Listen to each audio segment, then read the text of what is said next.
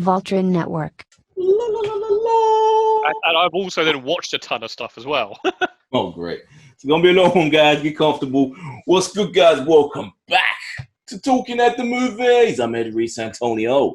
And it's really hot, Mo. And I don't mean hot as in, woo, that guy's attractive. I mean as in, it is sweltering. It is ridiculous, man. We don't often get to complain.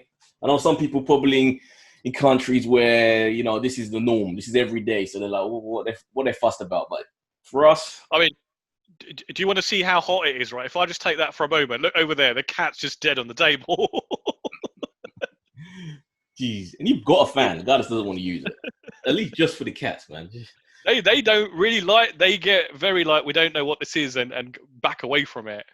Oh, okay. Yeah. So, guys, what's been happening? Wow, it has been like, well, if we talk about the weather, forget about the weather for a moment, the amount of stuff that I've watched in the last week has just been insane. I literally am going into, I don't want to know what the outside world is like at the moment. Go on, give it to me. Let's hear it. Might as well start. So, do you remember last week I said I watched Reservoir Dogs? Yeah. Right, a quick discussion. I fell into a Tarantino rabbit hole, man.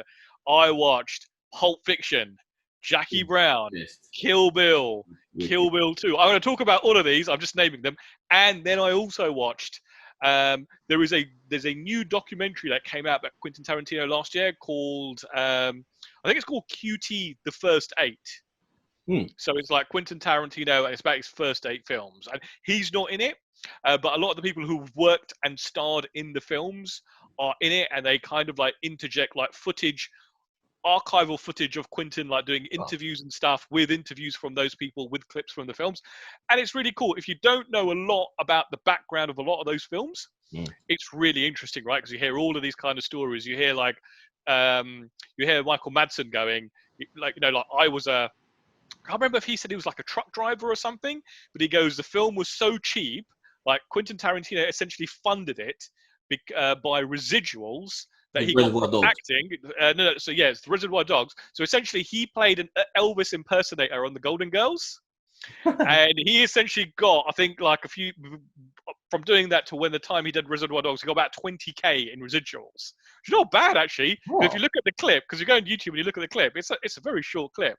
Yeah. And Michael Madsen goes, because it's such a low budget thing, all the suits are their own suits.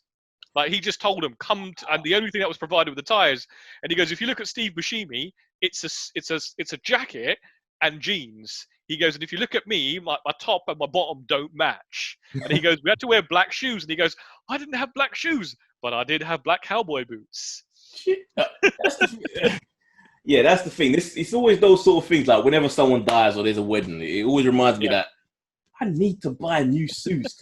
The ones I've had since I was a teenager, and they don't fit anymore. Oh, you should get a good suit. Oh, I need to get my last good suit. I don't know. Like, I think somehow the trousers got ripped, but a good suit, and you put it on, man. Oh, it does. You do feel like Mr. Bond. Yeah, I mean those movies, Pulp Fiction. It absolutely it's. I mean, these are like long films, right? And they don't feel like long films. No. Pulp Fiction looked and sounded amazing. It's also a really kind of like unique film because there's no real plot as such. It's like little stories interjected that just entertain you. Yeah. I think it was the first film to do that, like out of sequence.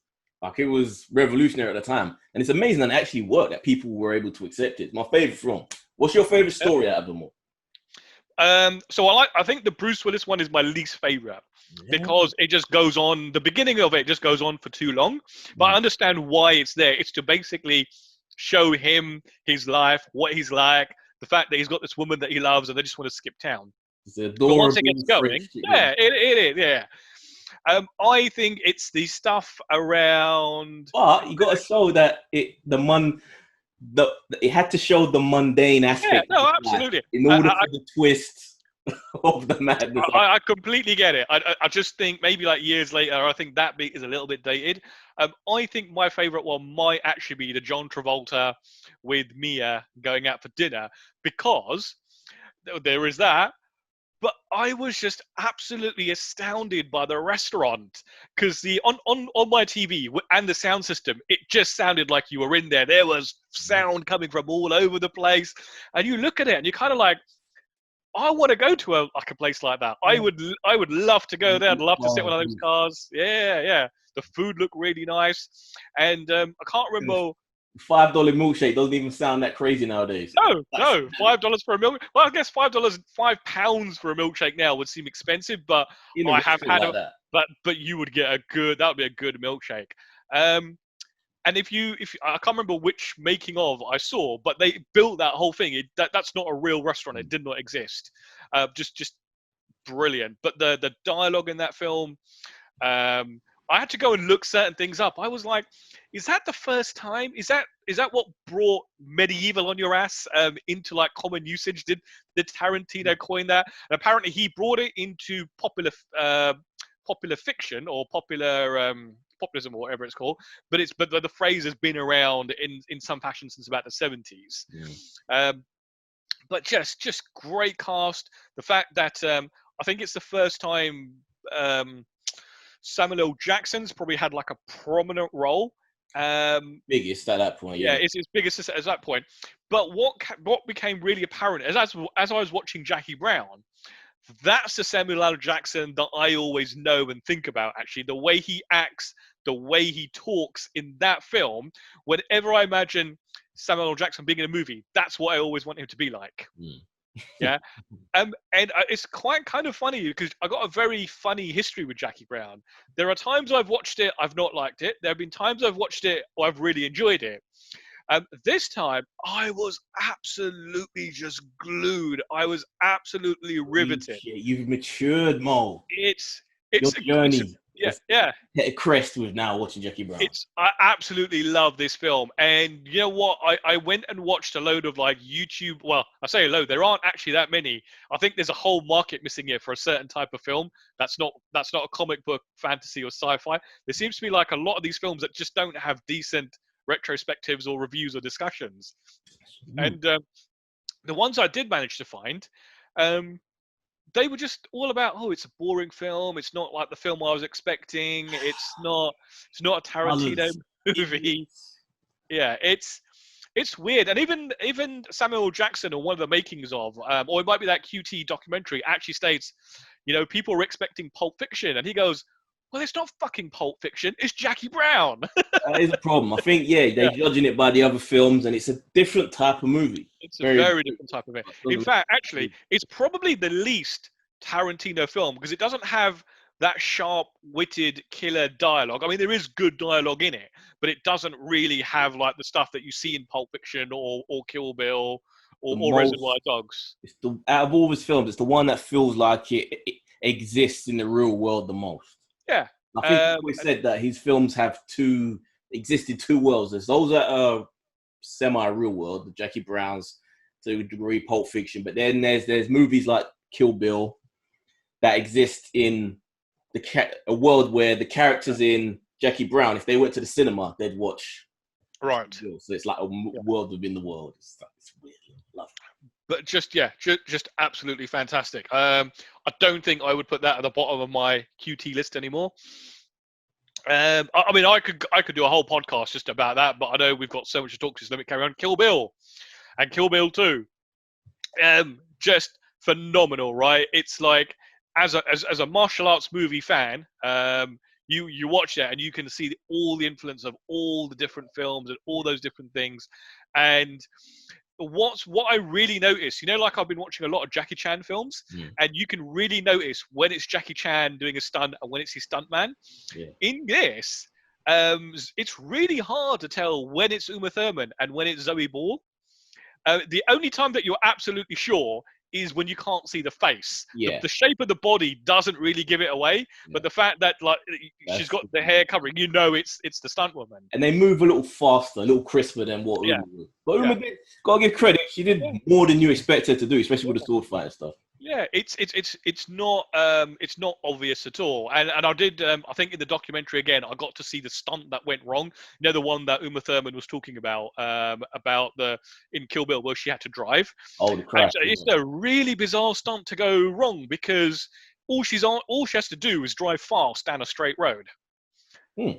And somehow, I mean, it's a country kind of road, so I guess there might be some bumps and stuff in there, but I think it's just really bad luck that she had an accident. I think if any one of us had been the director on that film, we would have looked at it and thought, like, all we're asking you to do is drive fast in a straight line. Well, he's wrong. No women driver jokes, guys. No, I'm not making a joke. I think it was just really bad luck that it happened. I know they're at home saying it. Come on. Yeah. So I always had a little hard. Not that I didn't like Volume 2. Still enjoy it, but it is very different from Volume 1. It's a very different film. It's a longer movie. It's a lot more drawn out.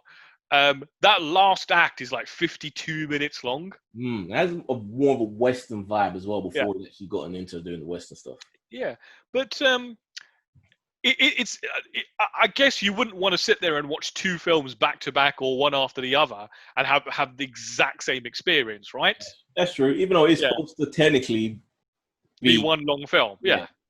When are we gonna get the official whole bloody affair, Tarantino, you bastard? So apparently, there's versions of it, but not. Yeah, there's bootleg versions. But apparently he has been showing that since like 2011 at the New Beverly. So once this Corona is over, Eddie, we need to go and pay homage to the New Beverly.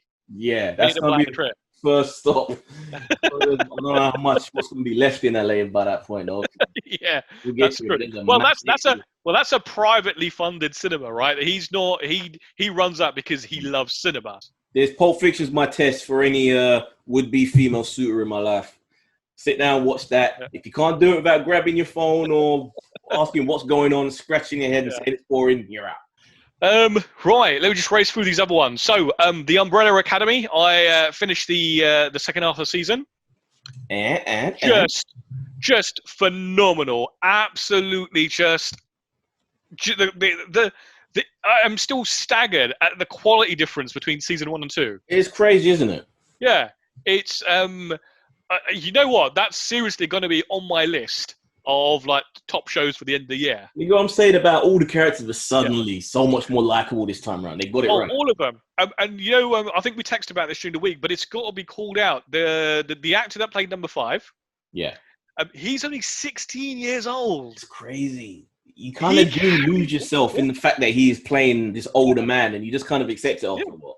He carries that show, right? Do you know what I mean? Like, there aren't many young actors of that caliber that literally could carry a whole show. Like, if his character didn't work, that show would fall apart. Completely. Yeah. Completely. You know, some child actors just don't work.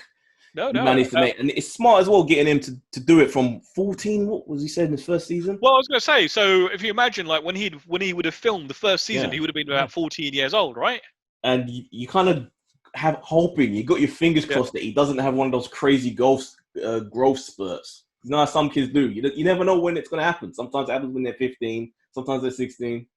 Yeah, but they can write it into that show quite easily with a bit of time travel. Yeah, that's true. But it would kind of fuck things up visually. But managed to keep it together. But absolutely phenomenal. They, I think the only thing that might be a little bit disappointed about, but then again, it might just be the fact that it might be a continuing story, right? Is the fact that the reason for the Russian invasion was because of their sister, again, not being able to control her power, right? Yeah.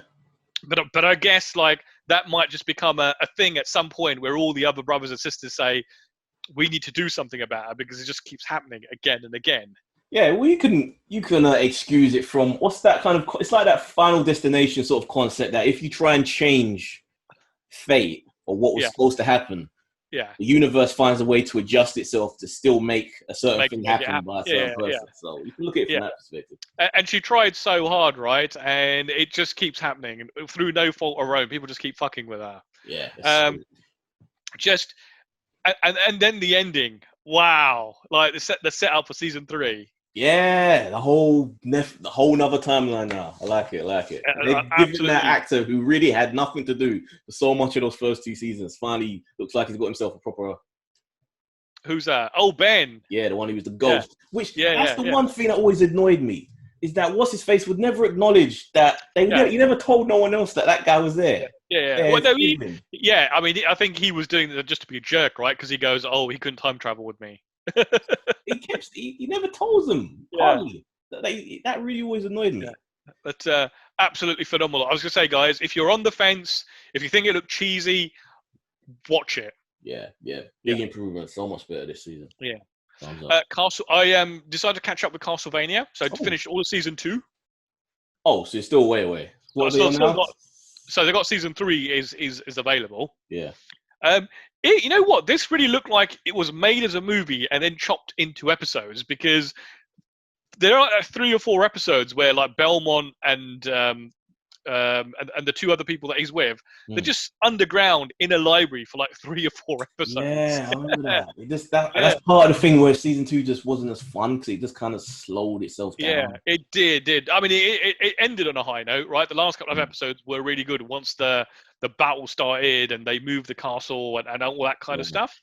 So I'm interested in seeing season 3, but it does kind of seem like this looked more like a movie chopped into episodes. Yeah, I still know what season 3. Like, it moved too much away from the whole Dracula thing, which was what was fun about season 1. Yeah.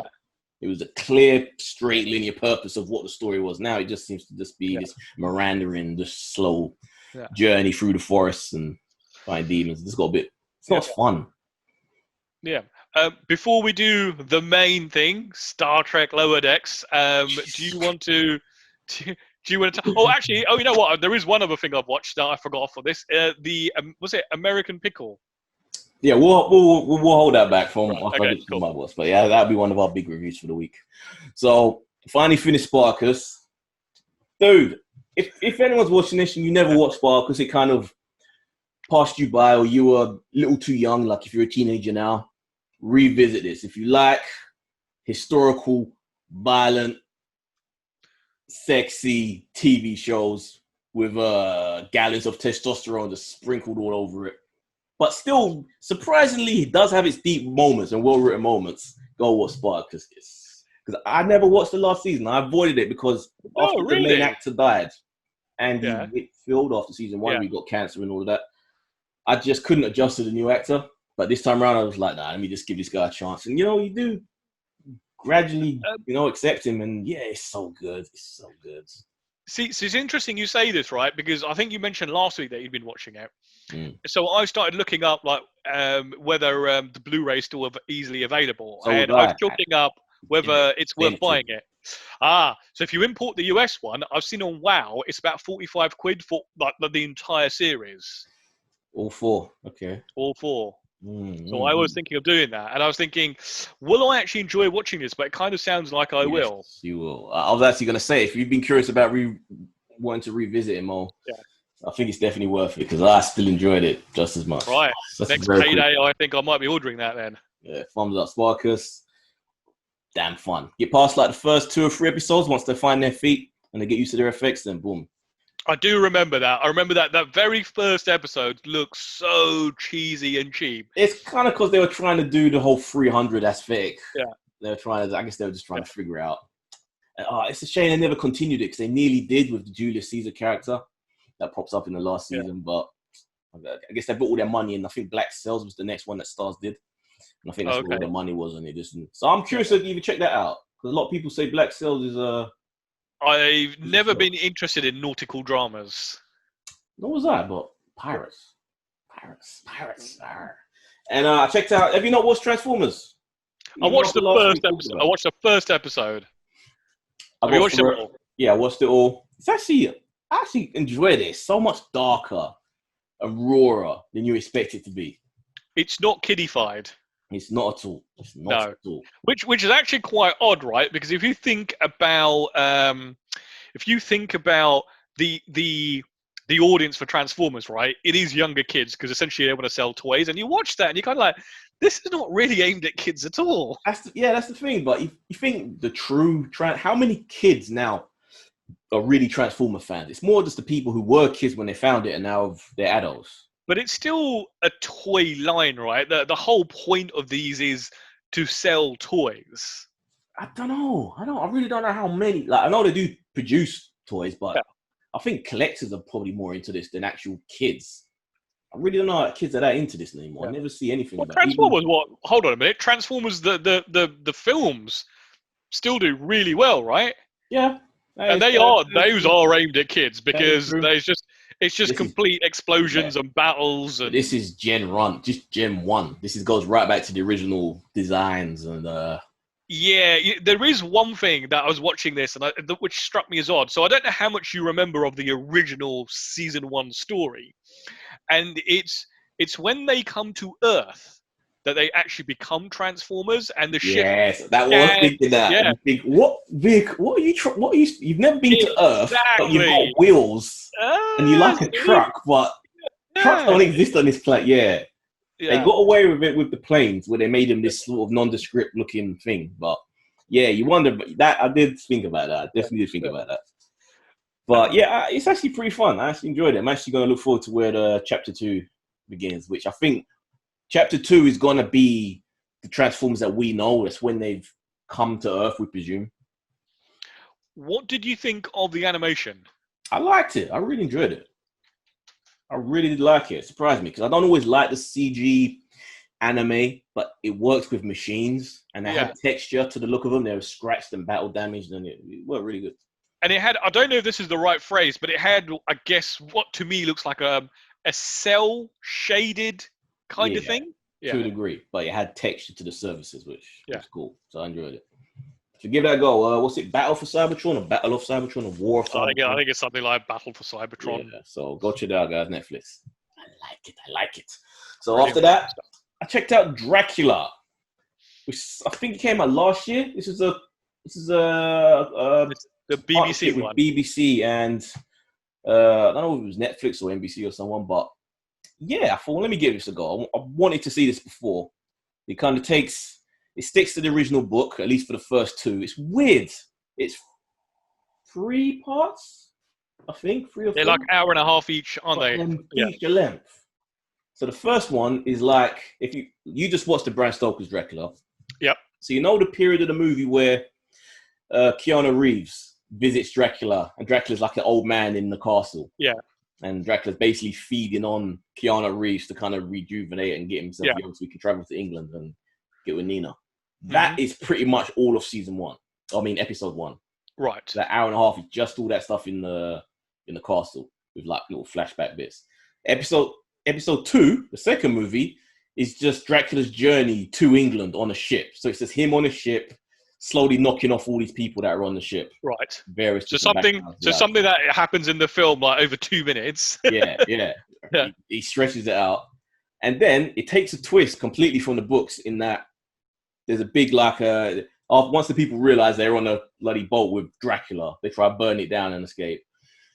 And Dracula escapes in his coffin full of earth, which falls down, buries at the bottom of the ocean. He breaks out, comes to the shore of England to realize that helicopters and cars pull up. He's been in the freaking earth for 100 years. And that's where part 3. Yeah, that's where part 3 starts in the modern day. So he's in the modern day. Yeah. It's such a weird show because sometimes it's really good, but other times it's written really badly. It's such a weird balance. Like, one minute I'm like, I'm really enjoying it. Other times I'm like, this is stupid. This makes no sense. So is it worth like watching? Because that's quite a long commitment, 3 90-minute. But because they do take place like their own individual movies, I say the first movie is the one that's most worth watching. Yeah. Because like the main protagonist is Amanda Van Helsing. So she's been told the story of what happened in the castle. Yeah. So she's actually a really fun character. This sort of warrior nun that's fighting Dracula. Does bringing it into the modern age for the last episode bring anything to the table? It potentially could have if it was written better, but it doesn't. They didn't write it good. I think it's definitely the weakest out of the 3. You'd think being stuck on a ship would be the worst one, but it's actually they managed to make it fun, like this shoe done it, because it's just all these different personalities of people and their weird little relationships, and then slowly people start dying. So it's like this little murder mystery. We know who done it, obviously, but they don't. So you kind of So that's the kind of... How is the character of Dracula? Is it done in such a way that you can buy it, or you just think that's very, very naff? I liked him. Yeah. I liked him. I thought he was good. Right sort of age, had the air of respectability about him. You could see how he could probably seduce the people around him, men and women. Yeah. Give the first one a watch if you're curious. If you just want that fix of vampires that isn't too... I was considering it. I was kind of like, you know what? I wouldn't mind watching some vampire-related stuff, and hence why I seldom cut Castlevania, I think. But you like Bram Stoker, didn't you? Yeah, I did. Yeah, I really enjoy that. Yeah. So the first one is closest to that. Then I watched a little animation, Deathstroke. Hold on, wait. Can I just make an observation? You've got a list today, haven't you? I have, for once. You've written all this down. I had to, because I watched too much this time. I knew I was going to forget. I was like, he's looking down there. Someone's feeding him information. So this time it was Deathstroke, Knights and Dragons. Hold on, which DC. one is this? DC this is Deathstroke. Animated. Yes. Right, okay. DC Comics, which their animations are good. And this one was actually really fun. Now, if things had worked out with Justice League, we'd probably be at a point where at least we'd be probably watching the trailer for the Deathstroke movie, which they wanted to make, with Joe Magliano. I can never pronounce his last name. But remember, we had that little cameo of Deathstroke in one of the movies. I fucking can't remember. All the DC movies blur. Justice League? Yeah? Was it Justice League? I think it might have been. Or BVS. I really can't remember. Yeah, actually, no, it was Justice League. Yeah. It was on Lex Luthor on his boat at the end. So when you say Joe, is that the dude from True Blood? Yeah. Yeah. So, and the thing that if that movie was going to be anything like the narrative they tell in this, it could have been a really fun movie in live action, because it was going to have Gareth Evans, the guy from The Raid. He was going to be doing it. So that would have just been so insane. That could have been, yeah. With Deathstroke. But yeah, it never happened. But this is fun. This is fun. And what I like about the DC stuff, the animation, what Disney is scared to do is that Warner Brothers don't really give a shit about the animation, so they let them do what they want. So they're cursing, it's violent, they're telling people to fuck off, and it just makes it a lot more fun to watch because they're just unrestricted. I might have to check some of these. Well, I'll say some of them. I have seen some of the ones I have seen actually really enjoyable. I mean, I think the Flash one just sticks in my mind as being really, really good. Yeah, so I'll give this one a go, guys. I actually enjoyed this quite a lot. So I'm going to give this, 3.5? Yeah, that's an enjoyable 3.5, not a bad one. And actually, rate Transformers, I'm going to give that one 3.5 as well. And Spartacus, 5, fuck it, 5, all the way, all the way. Damn, son. It was the anime I watched, but it's such... The Japanese are able to do surreals in such a way that in one way is enjoyable, but when you have to try and describe what it is you've watched, sometimes it's just impossible. So if you they have a style that's all their own. Even just the way they tell a story and the narrative of the world and everything. So if you're just curious, I'm not going to describe anything about it because it won't make any sense, anything I tell you. But Doro Hidoro, it's on Netflix, about a guy with a dragon head, looking for who cursed him to have a dragon head. You've got to is that the synopsis? The guy's got a dragon head. That's the most basic synopsis. So hold on a minute. So does he have to hide, or can he just walk around in public and people point at him? He wears a leather mask to kind of hide his face, even though you can still see the shape of this massive lizard head that he has. But it's a world where magic exists, but magic looks like smoke, and they say smoke, but it has different effects depending on who's executing it. And there's two worlds, the real world and the world of magicians, people who have this smoke, and they have all these various powers. But it's just so surreal and mad. Like the main antagonist only ever eats mushrooms. His powers are mushroom based, and he turns people into mushrooms or makes mushrooms come out. Is it good? I enjoyed it. I had fun. What is it? Is it an action, a comedy? Action. Anime is everything. It's always everything with anime. Yeah. Rarely do you watch anime that is fixed in one particular genre. This is one of those. Did you watch subbed or dubbed? I went back and forth, depending on whether I was eating or watching it. I am getting to find I'm getting quite lazy now, and I'm finding if it's like anime, if it's a dub, I'll watch a dub. If it's like a Jackie Chan, Bruce Lee type movie, I'll watch a dub. Yeah, I have to watch subtitles on that. Thing is, But, if I know I'm going to be distracted by like if I'm eating or making something, then it has to be dubbed. But if I'm sitting there watching it properly, then so. But yeah, I like once I start one way, I can't go back to another way because it just seems so weird. It can do. Yeah. But let's get into our main review this week. Wait. Before we do that, I've just remembered one more thing I should probably bring attention to. So I don't know if you've seen it yet, but I started checking out Dark Season 3. Oh, I still have, I think, how many did I watch? I think 2 or 3, and I started watching the other stuff, but I've been meaning to go back to it. So I watched the first episode today. I just wanted to have a check out of it. And oh my God, you know like how much of a head fuck this show is? Because that first episode is like all set in an alternate reality. Yeah. So you know how hard it is to remember who is who and who is shagging who and who's the trick. There's the trick that I do every time I watch the next season. You can get this all online. You can just find the family tree. Yeah.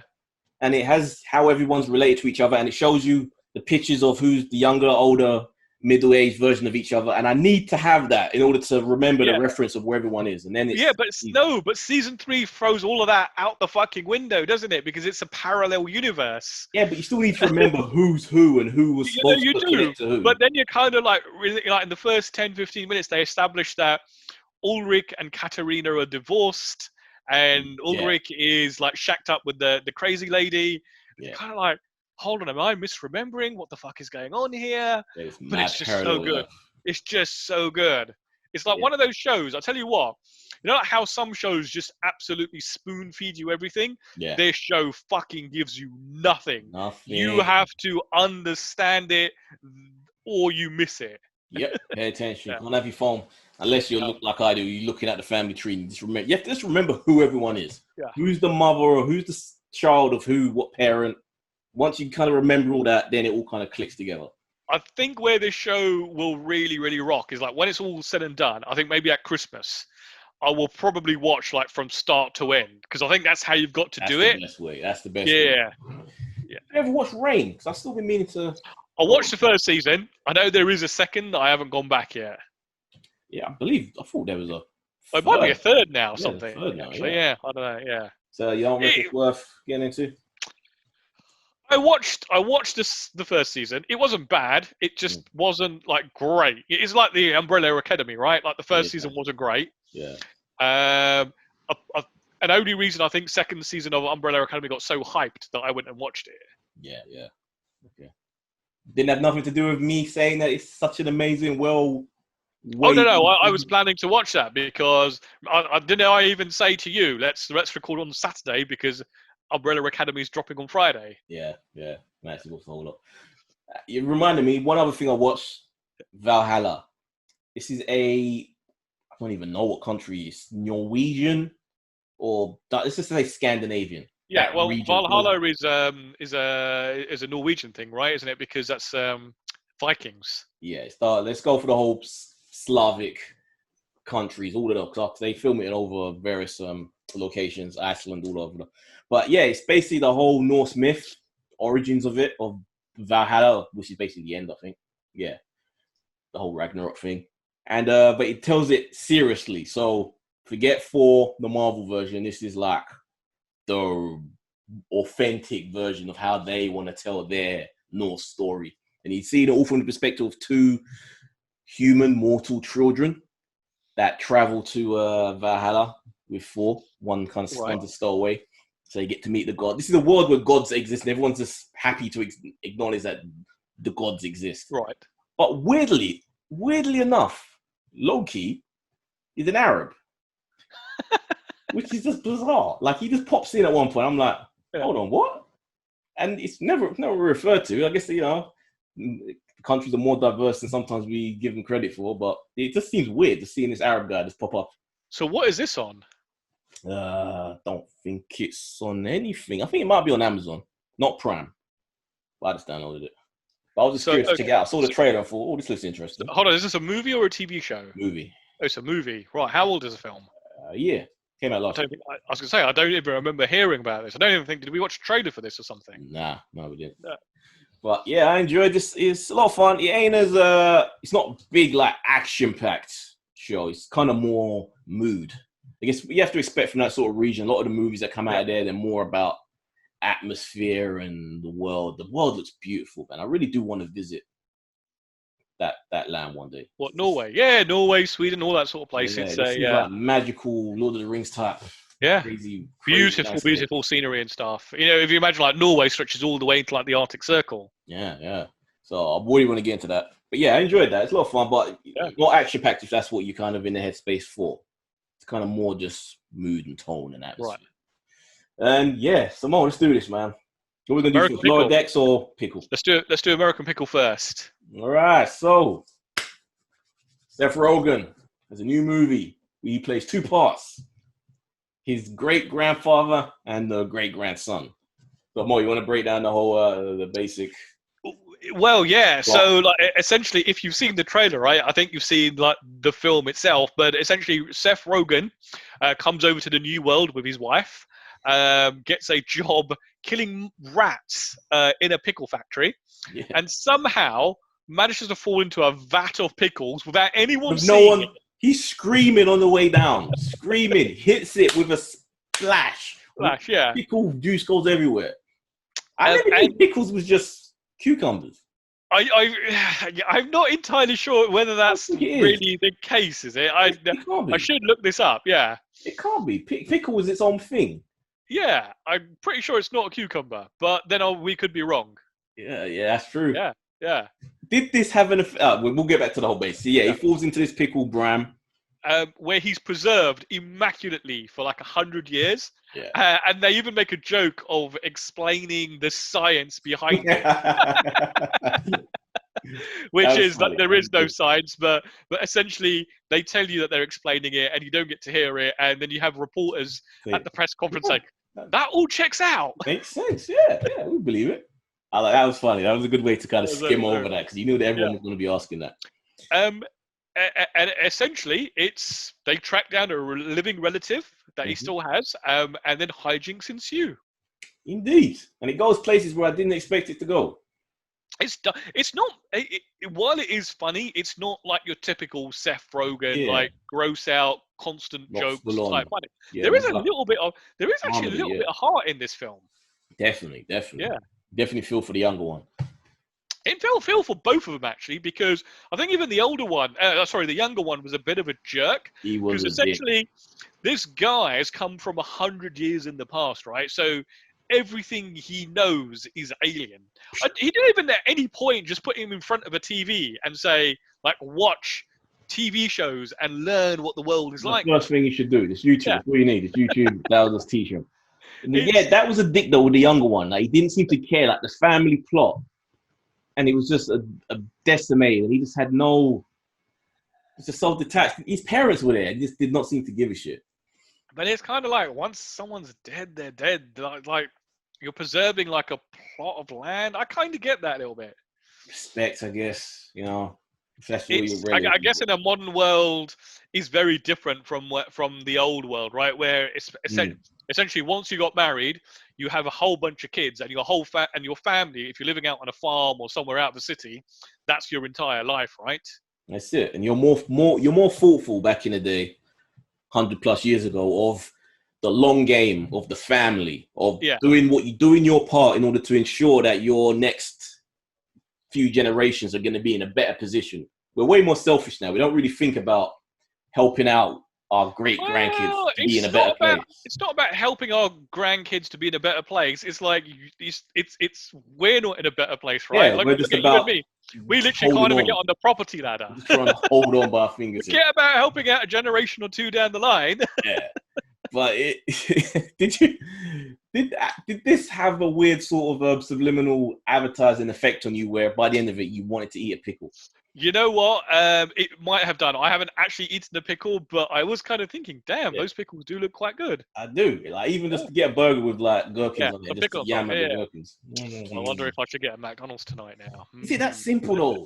Is it that simple to make? Like, because he literally was just getting cucumbers, put them in a nasty jar, water, salt, with bird shit and all that other drained water and stuff. So But if you think about it, right? If you go back to the old world before there was manufacturing and all that sort of stuff and preservatives and all those, it probably was as simple as making that. Like if you look at a lot of things, they're not difficult to make food wise. No, it's true. That's all they did with meat, innit? They would just salt the meat and leave it to dry.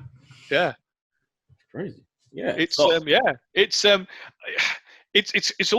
what sort of person would you have to be to call the authorities on like your granddad because he had a bit of success? A piece of shit. Absolute piece of shit. Instead of like going to him and saying like congratulations, you're doing well, eating a bit of humble pie, it's like, let me call the health inspector. That's it. He just couldn't take it there. He was a failure. He knew he was a failure. Yeah.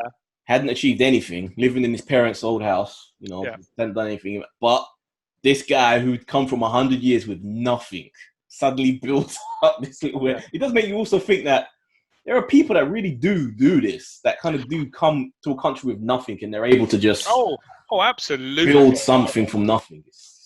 Absolutely. If you think of I can't remember, is it Jeff Bezos or Tesla? One of them comes from South Africa with nothing. Tesla. And he built that whole is it Bezos? And he built that whole fucking fortune. Bezos is Amazon. Which one am I thinking of then? It's Elon Musk. Okay, right, okay, fine, there are just people. I think that's what separates us from those like ultra successful people. They just have a drive to like. Maybe that's it. You have to become from complete nothingness. I know. I don't think it's that. I think like have that in you. When I've sat on Saturdays when I've sat on the couch and I've like watched TV for about 4 hours, I kind of think, this is the difference, right? Yeah. Like someone who's ultra successful wouldn't be doing this on a Saturday afternoon. Sitting there, just writing, doing something. Yeah. Oh, I do. I need to. Yeah. I have to reevaluate my life. It's not good. But so, what do you think of this? Then I actually had fun with it. It went places I didn't expect it to go. I didn't expect like the rivalry between the two of them to really kick off like it did. It's a sweet movie. It's a sweet film, but it's not cinema worthy. No. It's probably not like Blu-ray worthy. It really is like a streaming film that you would watch like on the night we got nothing else to do. Yeah, it's not really something you're probably going to revisit. Yeah, exactly. Yeah. So, 3-star movie, I say. Yeah, I think a 3 is fair. It's not bad. It's not great. It's kind of just it's fun. It's entertaining. It kind of makes you think a little bit about like how unambitious you are in life.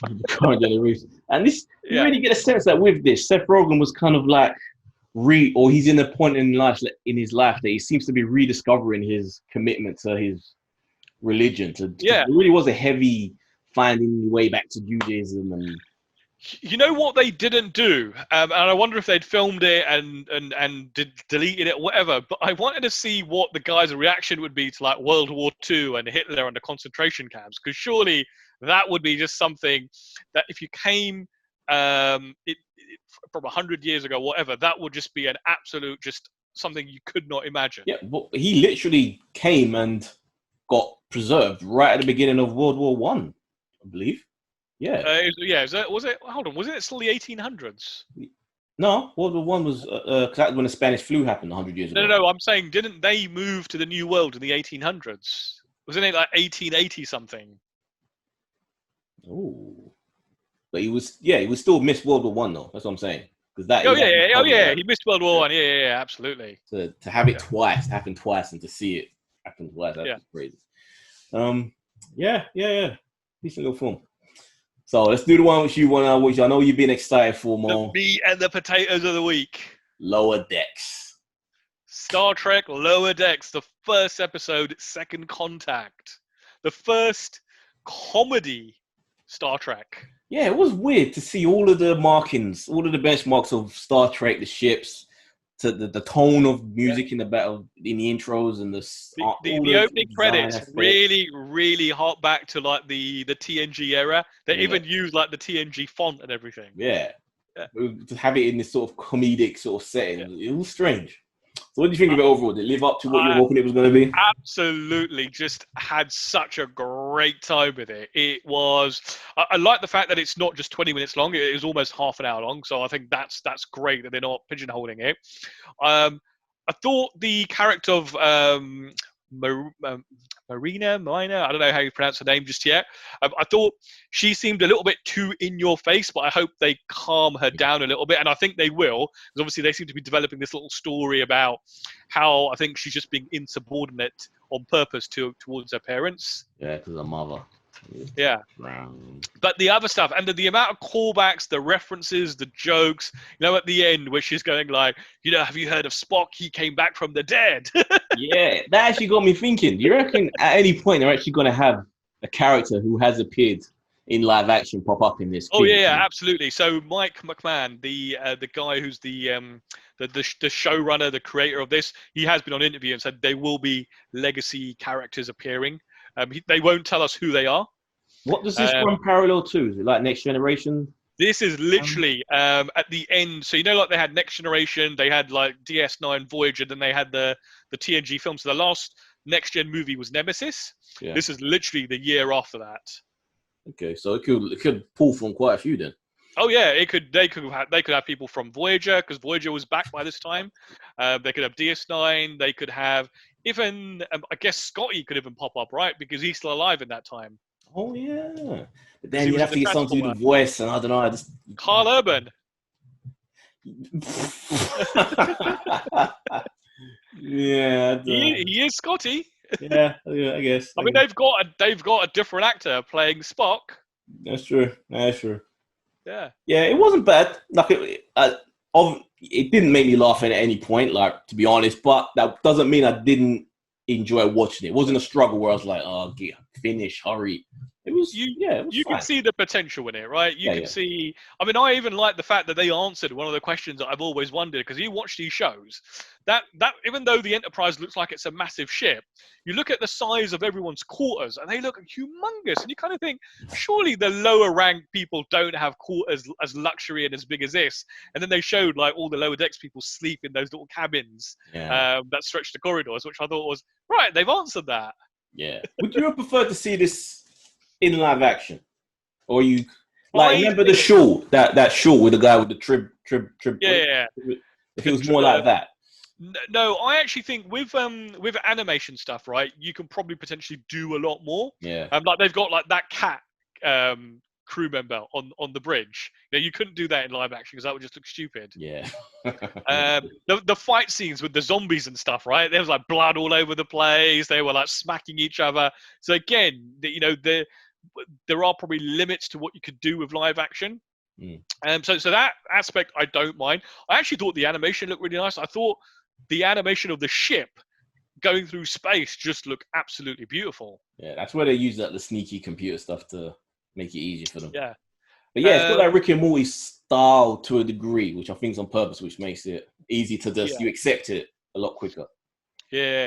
I can, if you look online, it seems there does seem to be this online sort of movement to like call it like the guys who get their big hits on videos by doing negative reviews, so they're all out in force. But if you actually go and read like all the major online actual proper sites and stuff, they're all giving it like really positive reviews.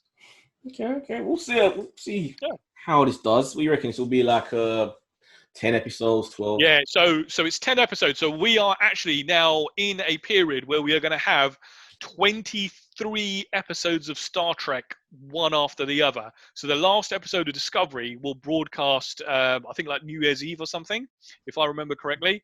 So it's like basically we've got a new episode of Star Trek between now and the end of the year, every week. The end of the year ain't even that far. We're nearly 2020 is just burning through. It's just ridiculous how just this horrible year. And we're only we're into the 8th month, right? And the winter months are yet to come.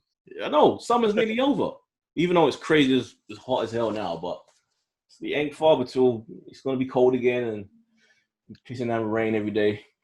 Yep. 2020. Okay, so what are you rating? It'll be the year that no one talks about once it's over, right?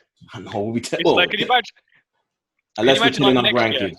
Well, yeah, but imagine that next year when the Olympics are on, right? They'll be calling it, because they don't want to rebrand all the merchandise. They'll still be calling it like Olympics 2020, Tokyo 2020. How are they going to do that? How are they going to do the Olympics though? Who's going to be there? Those stadiums are going to be empty. There's going to be like a handful of people there.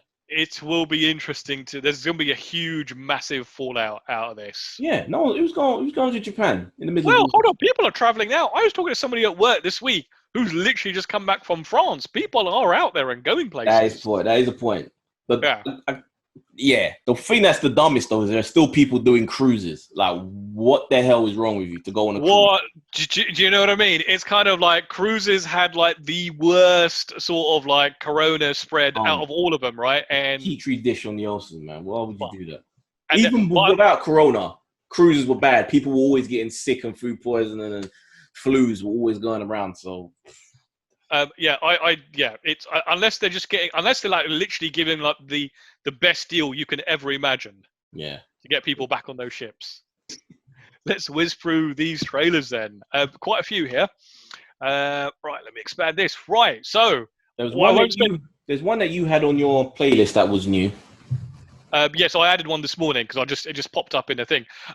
We won't spend too long on The Boys because there's been a million trailers already. And I'm not even watching any more of those. I just want to watch The Boys. Yep, it looks good. We know it's going to be good. We just can't wait for it to get here.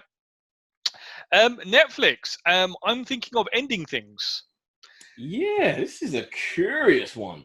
It's a weird one because I was kind of like they seem to be hinting at something in this trailer. What is it? Because I have no idea what the hell. Because you got this woman who's she's at a turning point in her life or crossroads. Wants to break up with this guy that she's with, but still decides to go meet his parents. She seems to be going through depression of some sort.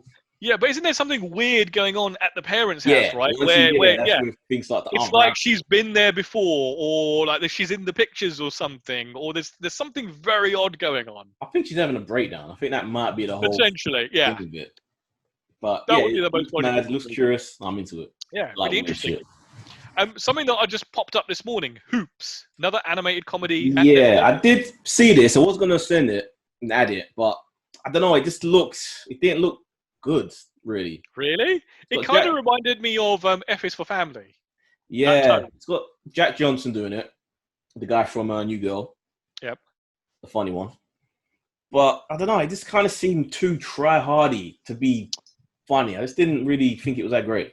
I really, I never get that comment like something is trying too hard to be funny because the whole point of it is you try as hard as you can in the trailer to attract people, right? Yeah, but there's a natural way that comedy pops out. You watch the Rick and Morty stuff, even, F's Family. It just seems more of a natural, real comedic moments. With this, it just seemed too hard to try to be edgy and...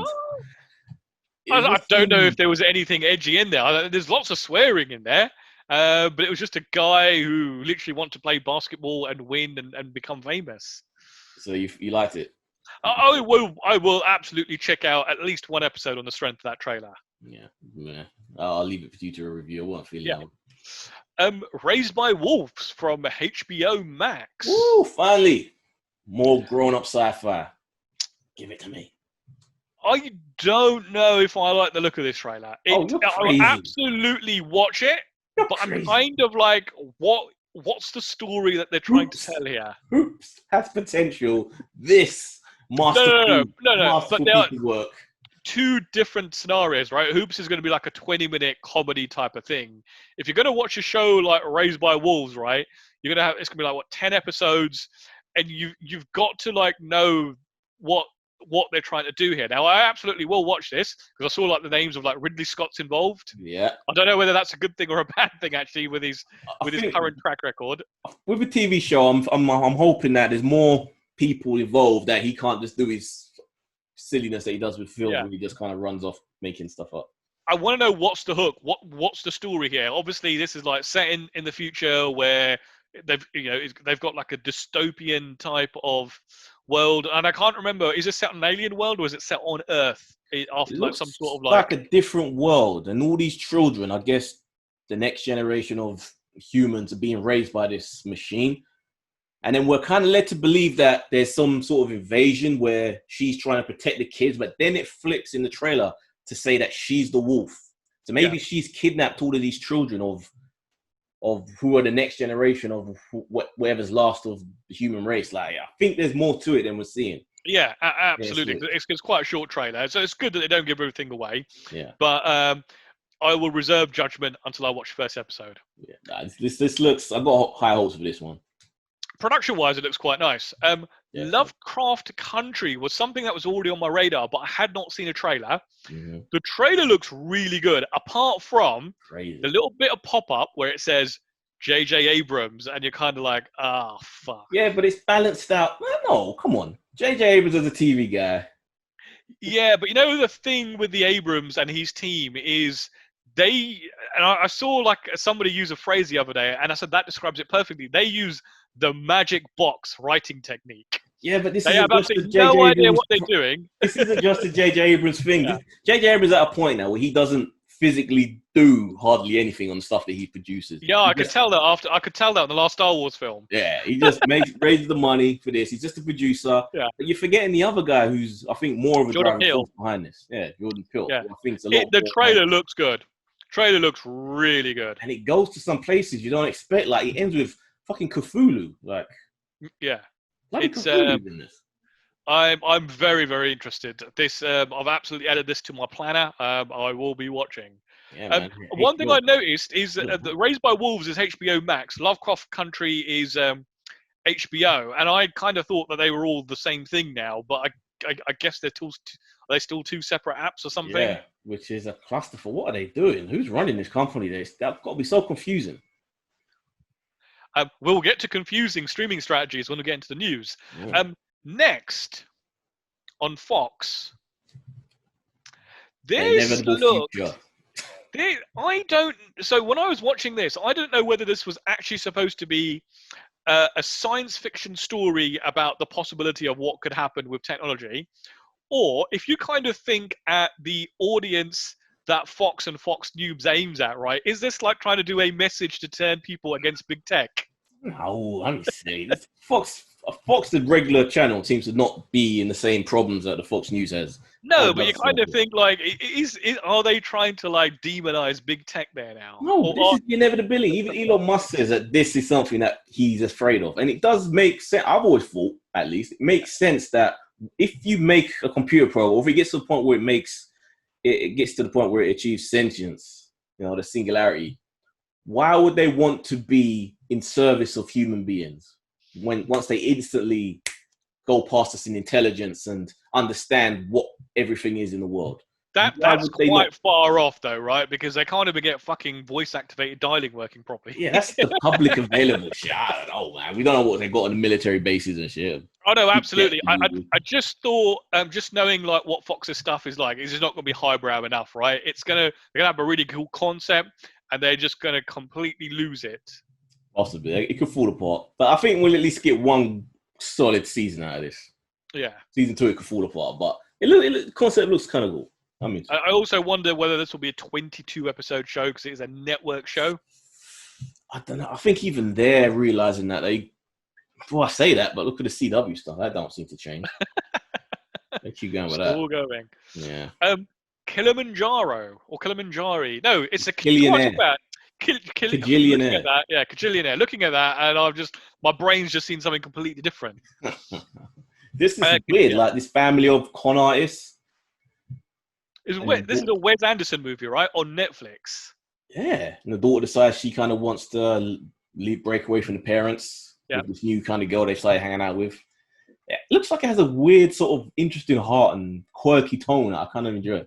I think that's the majority of Anderson's movies, right? They're all kind of like that, really, aren't they? So, I mean, it looks interesting. I did see the trailer last week to this, and I was kind of like, oh, is this a film that I would sit down and watch on? And this is what I like about streaming. It's because there's so little effort involved in investing the time and watching it.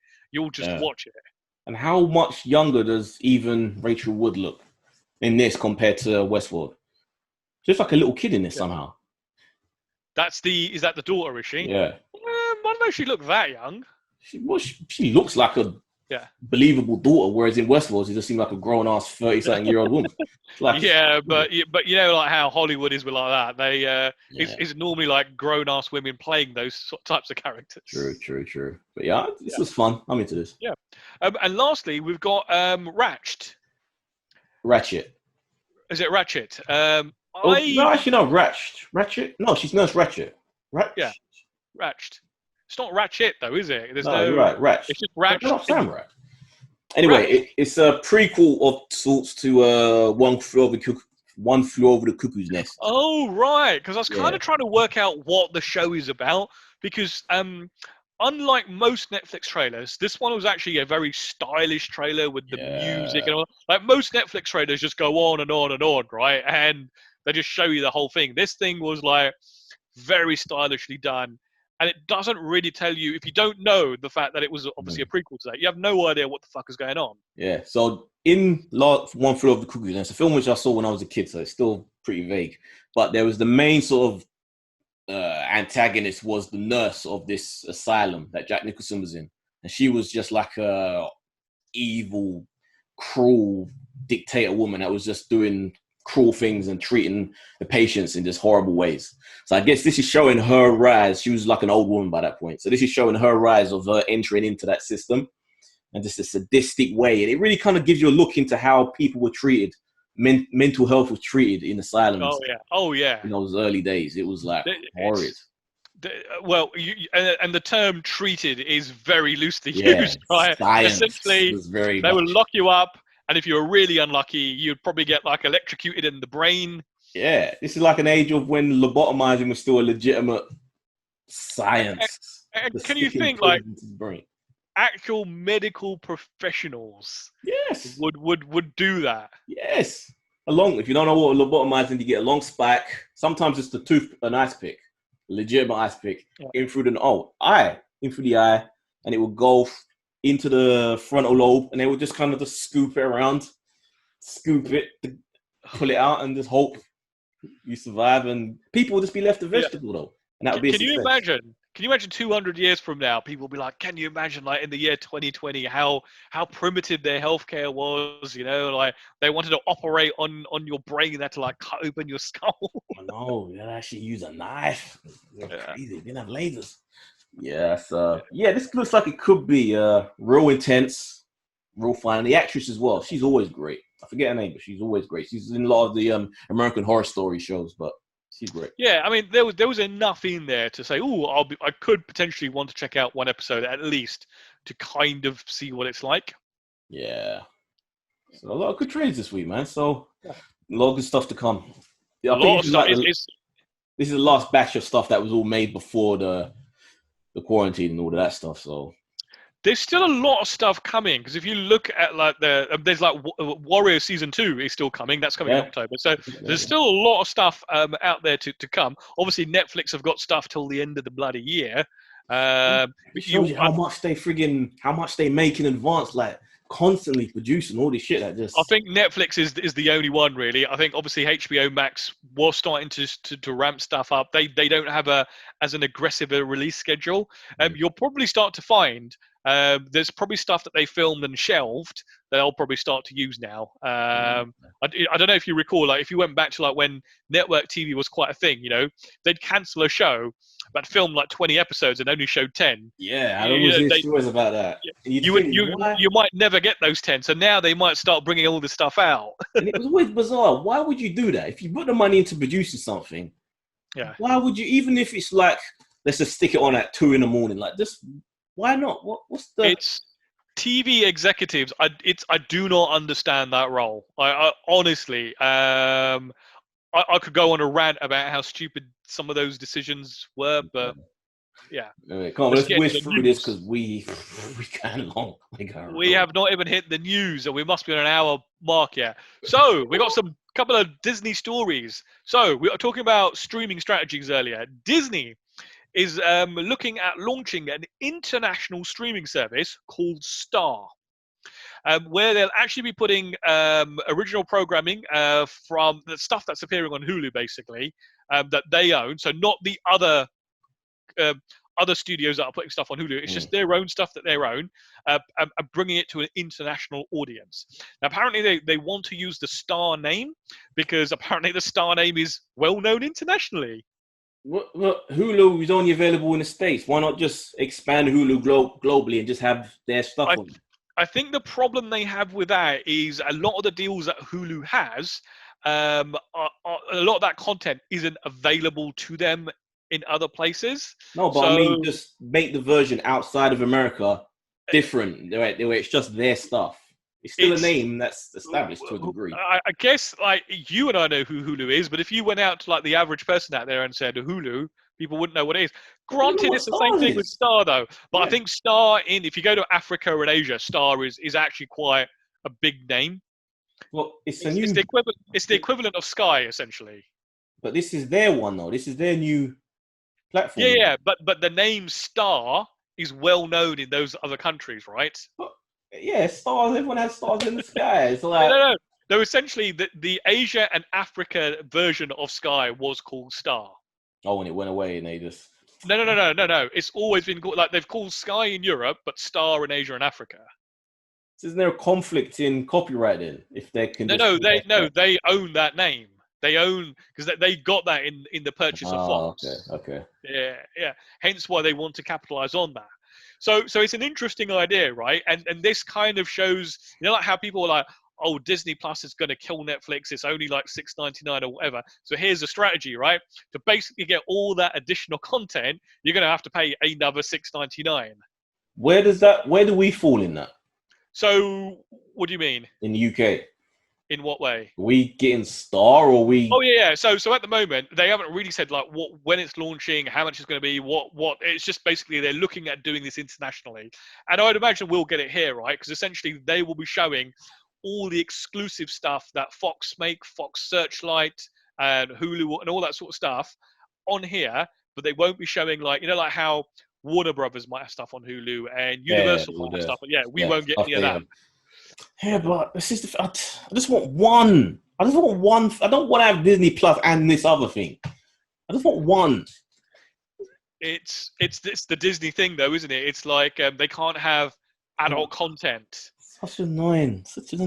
Well, then get rid of Disney Plus and stick it all on this Star thing. But you can't have like Disney stuff mixed in with the adult stuff. Oh, it's too much. It's a bizarre strategy. Like, essentially, you're confusing the marketplace with these, where essentially where you're absolutely right. You combine them and you get everybody in. I guess what they're trying to do is they're trying to hook people in with the price. Look, it's only $6.99. You can have two services for the price of like what you would pay for Netflix. Yeah, at least if they do some sort of double bundle. Where if you have and I'm both, sure they will. I'm sure, because they do that in the States with Disney Plus and Hulu. Okay. There is like a little bundle price that they were doing. It's like $2.99 each. Then I could do that. I could. You ain't gonna get it at $2.99 each. I can dream. Let me dream. The mouse needs money, right? Because apparently they have reached while they've reached a 5-year global subscriber goal in just 8 months, they've also had their first negative quarter in like 20 odd years. Yeah, you have to imagine that. Not only with all the stuff that isn't being released that they've paid to get produced, all the movies which they paid to make, which haven't gone out and gotten their money back. I don't know what the deal is. What those parks, do they own that land outright? They must still have to pay the tax and all the land, all that stuff. So I don't know about other countries, but like if you look at Florida, they own that. They own that land outright, right? Because if you go back into the history books, if you remember, the famous story is when they built the park in California. So many like businesses popped up around them that there was no room for expansion. So when they bought the land, the worthless swampland in Florida, they didn't buy it as the Disney Corporation. They set up another company to go in and buy it because they didn't want to come in with the Disney name because then the price would just go up. Yeah. And they bought like this ridiculous. If you look at the map. Oh, I'll be there. You have trains to go from each place to place. It's crazy big. If you look at the map, what they've built on and how much land they've got is like they've got so much of land still to expand on. It's insane. It's like its own little country. It's like it's 47 square miles. But you have to imagine there's still tax that they have to pay on all of that monthly or yearly. Oh, yeah. Well, actually, in the US, they have this really strange law. You know how a lot of companies, you have this headline like Netflix didn't pay any tax in the US. So it's a thing. Like if you essentially don't make any profit, you're not obligated to pay any tax. So a lot of these big companies can fiddle, like Amazon, right? What they do is they take their profit and they then invest it in like setting up new businesses, and they go, well, we haven't made any profit, and so don't have to pay any tax. So when like certain people tweet out these companies don't do it, it's because it's legal for them to do it. Your tax law is allowing it. Now I've oversimplified it, and I'm sure if there's any accountants listening, they go, Mo, you've got it completely wrong. I am oversimplifying what they do. Crazy. That's so mad. That's so mad. Yeah. But another Disney news, Mulan, definitely confirmed. VOD, September, $29.99. $29.99 wise. Obviously, we haven't seen any US pricing yet. And I guess it really depends on your circumstances. For you and I to pay to watch this is bloody expensive. For somebody with like 3 kids and a wife and a husband and a family, well, 30 quid. You say that. Yeah. I was talking to Uz, and he was saying that for these movies to come on the streaming platform, it actually works out better, because when you have to think of all the tickets you have to buy for your kids and your family to go to the cinema, and then you have all the food you have to buy. Yeah. That's what I'm saying. Way better. So for a family, it's far cheaper. Yeah. For us, for single people, it's like, I mean, the thing is, I do like to support companies for doing this kind of stuff, right? I buy a lot of stuff. I'm not entirely sure at what price point. And Mulan's a really bad example, right? Because I can probably wait till that's on streaming. I don't have to rush out and watch that. Yeah. But I could see myself paying, say, 17 or 18 quid to do a premium rental, because that's how much it would cost me to go to the cinema anyway. Yeah, it has to be the equivalency of it. When it's like, I won't pay 30 quid if I'm going to the cinema. Like, that's crazy. Oh yeah, exactly. But you can see the logic behind it, right? Because essentially they know people are, there are families that are going to watch this, and you can't sell it on just one cinema ticket price. I'm really curious to see how this does, because there's a lot of issues with Mulan. We're at a weird time, because there's a lot of anti-China sentiment out there, especially like in more conservative areas around the world, not just in America, but just general people who kind of have this. Really? Yeah.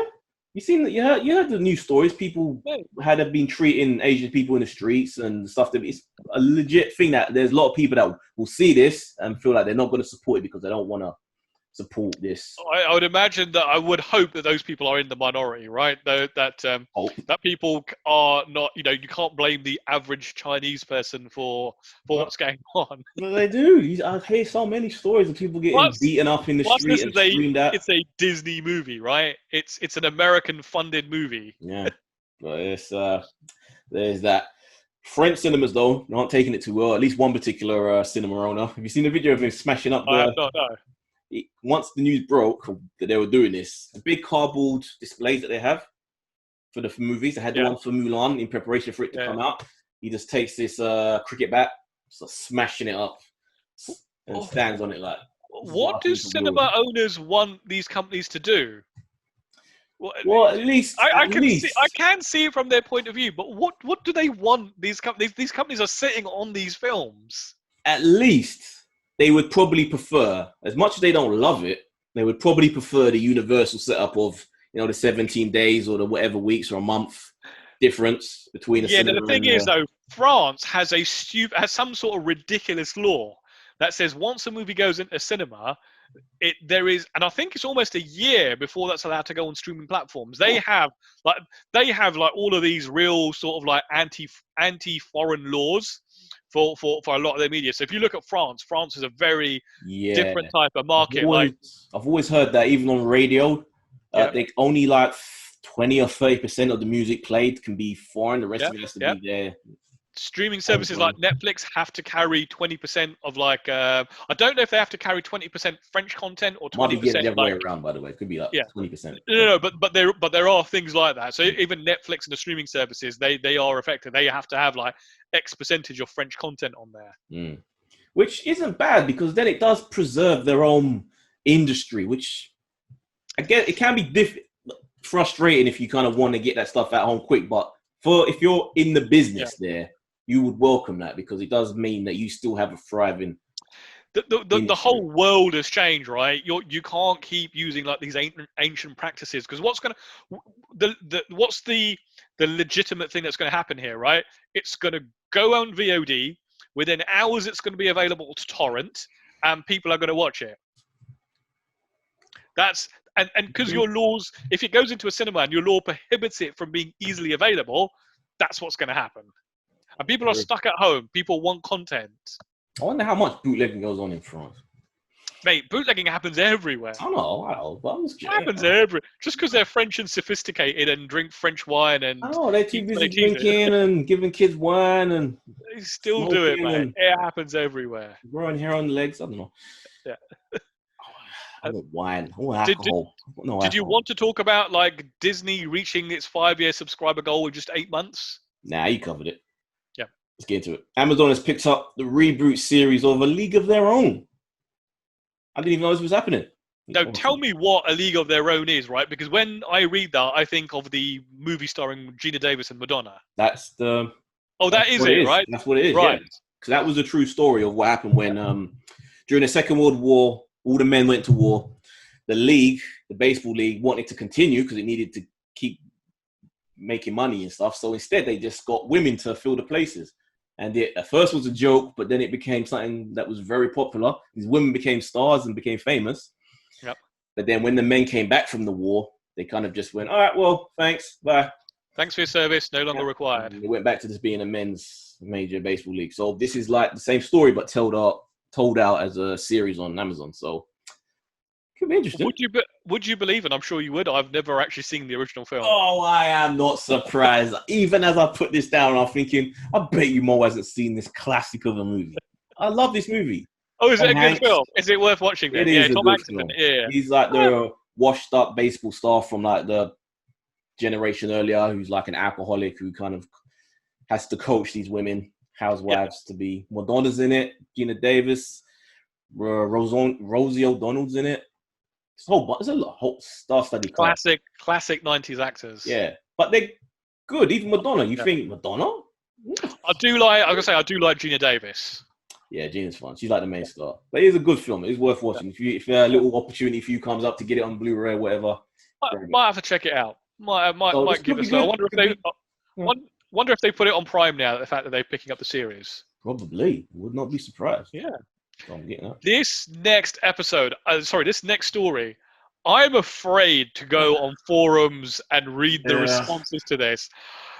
But I actually sat down and had a thought about this, and I was like, fuck, you know what? I can see this. So essentially, we kind of called it that there was a possibility, because this is always kind of being what say the names? The Wachowskis. This has kind of been their MO. For the last decade or so, or more than that they've kind of put in those issues that are in their world into what they make. Yeah, but if you kind of think about, so let me get the headline. So the Matrix director Lily Wachowski, formerly of the Wachowski brothers, confirms that the movie is a trans story. And when you read that, you're kind of thinking, what is she talking about? And then you actually think about it, and you're actually in a world that doesn't seem real. Yes, in the real world, you can be a guy, but when you plug into the Matrix, you become a woman. Yeah, it could take that. I can kind of see all of that there, but honestly, I've kept out of any forums. I've kept out of Reddit. I didn't want to read, because I can imagine that the comments in this would just be absolutely horrific. What happened to the Neo at the end? Did he die? I'm pretty sure he died, didn't he? I think he did.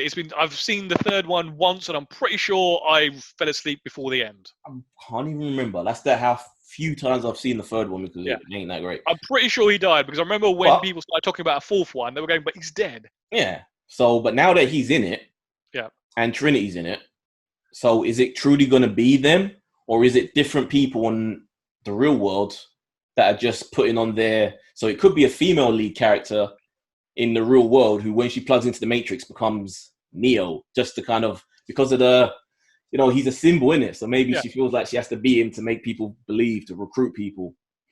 I don't know. It could be you could go a whole bunch of ways for this. Absolutely. I mean, do they actually have control over who they are once they plug in? Or is that something that's just, is this something just assigned to them? No, I think they can control what their Well, avatar. no, actually, can they? Because surely they're not aware that they're in there. So surely the avatar is assigned. Yeah, the people who are born plugged in, Yeah. but for the people who are free and they plug into the Matrix, they could just give themselves a false avatar. Oh, right. Okay. So possibly, but I'm guessing that's where you're going to go. In that case, why would you ever leave the Matrix? In fact, those guys were stupid. In fact, I think they were the bad guy. They were trying to ruin it for everyone else. That is true. It's bloody selfish. We're trying to free the human race. Fuck off. What? I want to be free. I was going to say, what was there for the human race outside of the Matrix? I know. Hiding in the sewers from those squiddy things. Yeah. Ugh, not good. Right. So, John Wick, chapters 4 and 5 will be shot back to back. Dude, yeah. I looked at the budget versus profit for these films, and it's insane. Have you seen it? Mm. So the first film was made on $20 million. So you're absolutely right. It was a fraction of the old guard. Yeah. And it made something like 3 times its budget. The second movie was made at, I think it was like a budget of around about 40 odd mil. And it made well over 100 million. The third movie, I think it was made at 56 million and grossed $349 million. And in my opinion, that was the worst one, man. I think the more money they get, the sillier these films are getting for me.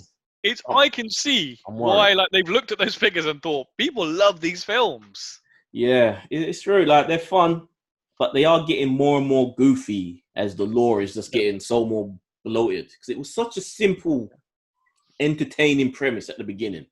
That's just kind of gotten a little beyond itself now. But yeah, I've got a couple of weeks vacation coming up. I think I will be watching all 3 films during that period. I've like earmarked because I haven't seen 2 and 3 yet, so I need to catch up on those. Yeah, very curious. But I can see from a production point of view, this makes sense. I guess Keanu, he is getting on in years, right? Knocking on, I think, is he over 50? He's in his 50s, right? Yeah, so it kind of makes sense, like, if they could get 2 films. And it's showing now. It's slowly starting to show. Once he saw it, once he shaved his beard for the Bill and Ted, you can start to see the years. And I'm sure he probably will get to a point where his body just doesn't want to do, like, all these stunts and all those kind of things. True. Yeah. But I'll put in brackets here, Man from Nowhere, which is a Korean film. Yeah. There's an Indian version of it with John Abraham, I believe his name is. He was a star. But basically, the makers of John Wick, they're also adapting Man from Nowhere for an American version. So this is going to be a future original versus remake for us, Mo. Oh, right, okay. 3 versions, the Korean one, the Indian one, and then the American one when that drops. Right. Guys, don't worry. Evil Dead will be dropping this week. It's all edited, ready to go. I'm just kind of wanting to wait a little bit. So, are you excited for more John Wick?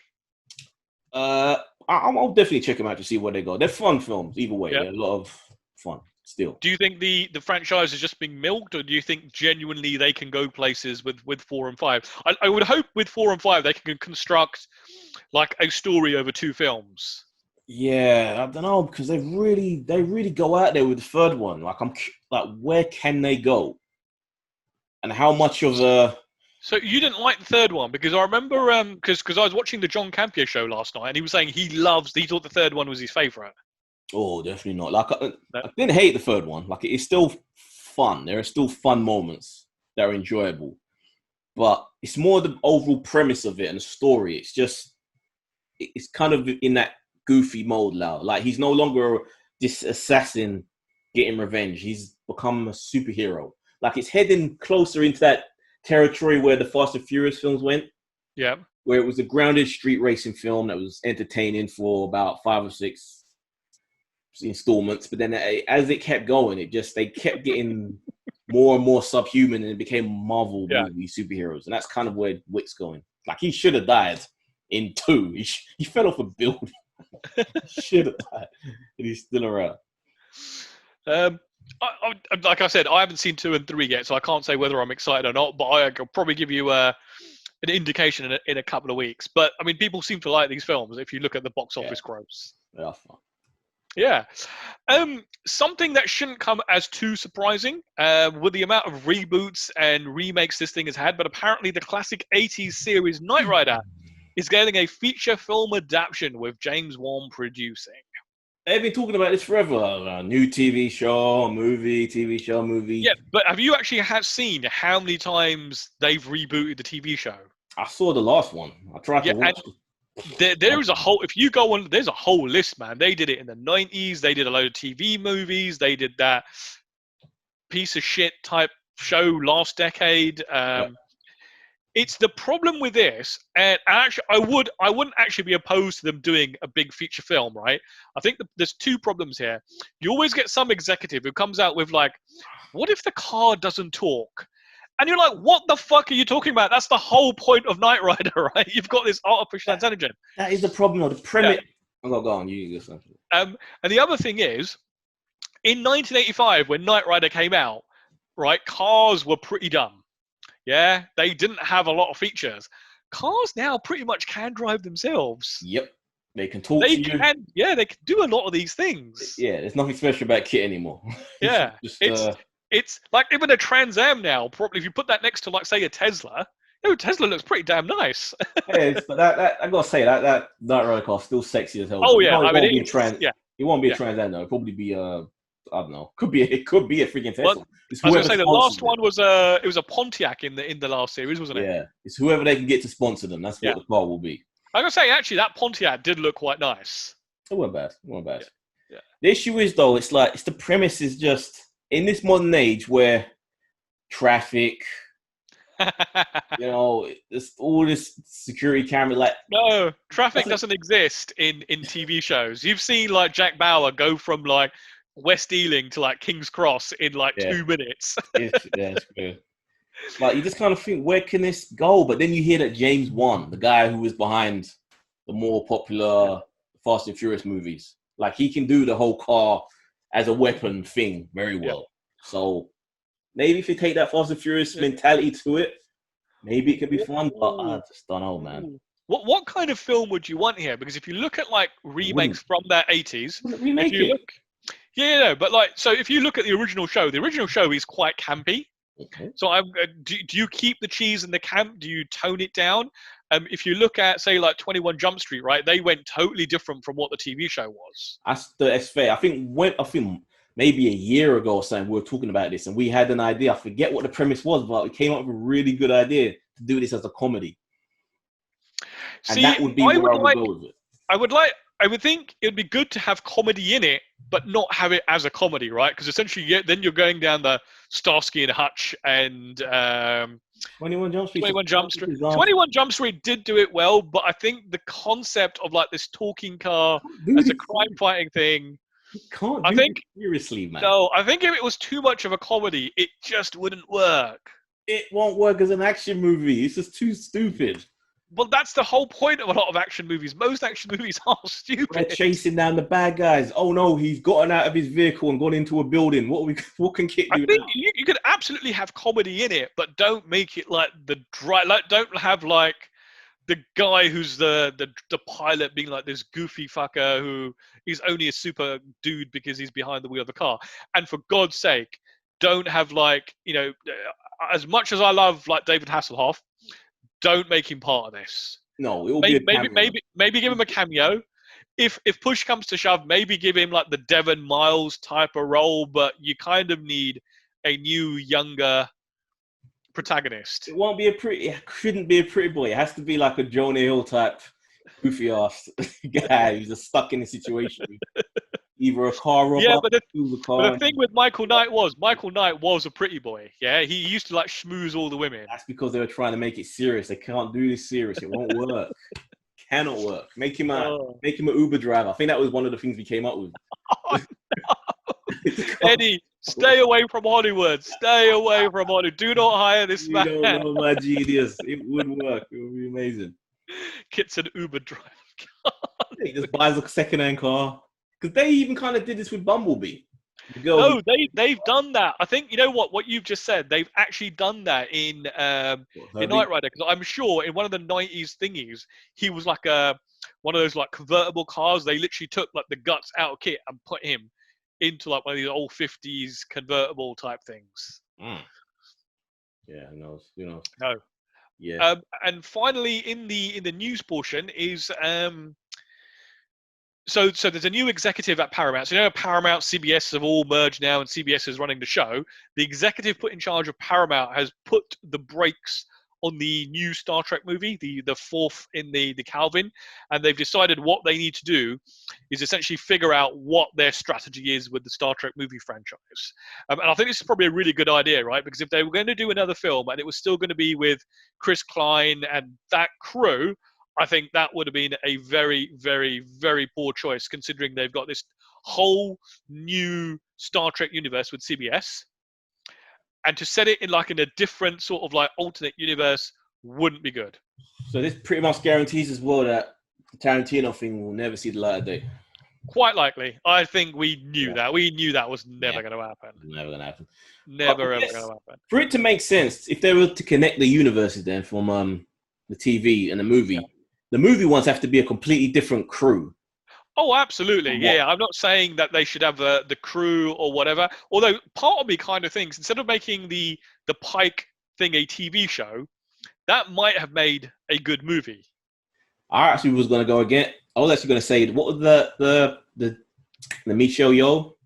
The Section 31. That would be a better movie in my opinion, because you could full on do the action aspect of it with what works better in cinema with the action, rather than just being this exploration, more cerebral type thing that Star Trek truly is. But I think that works better on TV than in cinemas. It's a real tough thing to juggle, right? Because I don't actually know, apart from Star Trek fans, who the audience is, because people will go and see Fast and Furious, they'll go and see Star Wars as well if they're not Star Wars fans. But I think people tend to stay away from Star Trek. But they liked the first one. They did like the first JJ one because it was a fun, adventure, action-packed movie. And I think that's where they have to go if they want to make the movies work. So that section thing has to be the option to go with. I think it's probably time for a new, well, I was going to say a new crew, right? Set in the post Voyager timeline. But then it's kind of why would people go and see that? Who aren't Star Trek fans? Yes, yeah. So it's a real tough conundrum, right? And I don't envy the person who has got to devise the strategy on this. So, oh dear. You aware of who Brian Callen is? Who is? Because you've only put Callen. So who is Brian Callen? Brian Callen, let me Google him up. He's a stand-up and he's an actor. He was in the what are the comedy, the Hangover movies? He's in that show, the spin-off from the Goldbergs. Oh yes, I know who this guy is. He's in loads of things. Yeah, he's all over the place. He's in that spin-off from Goldbergs. I think, what's it called? Oh yes. He's that's him. He's the PE teacher. Yeah, the coach.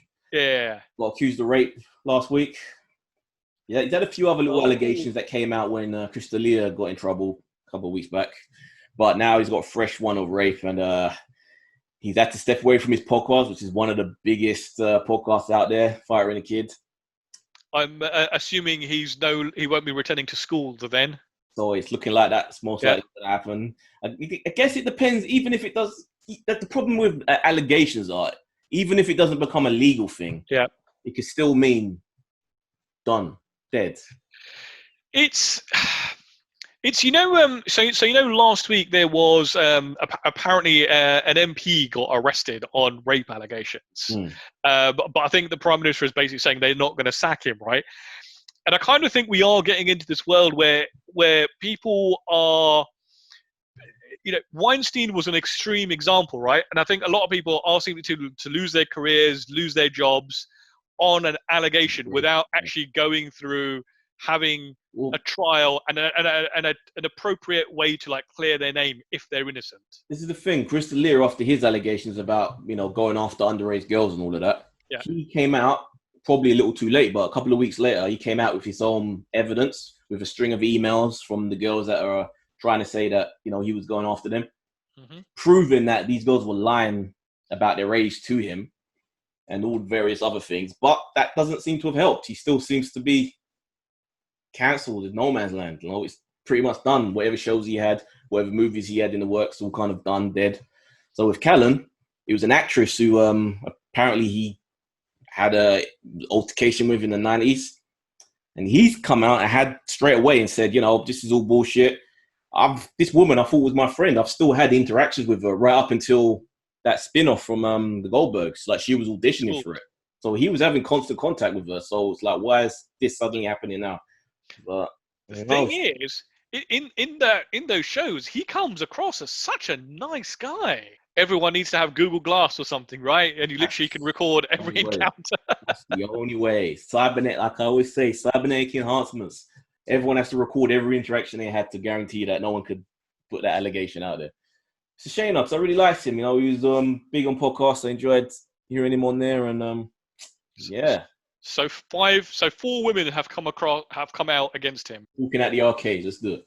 Talking at the arcade. So Rocksteady confirms they are developing a Suicide Squad game with a teaser poster featuring Superman. I love this. The whole point of this is that Superman is the target. He's just like, the poster is a picture of Superman with this target on his face with Suicide Squad written on it.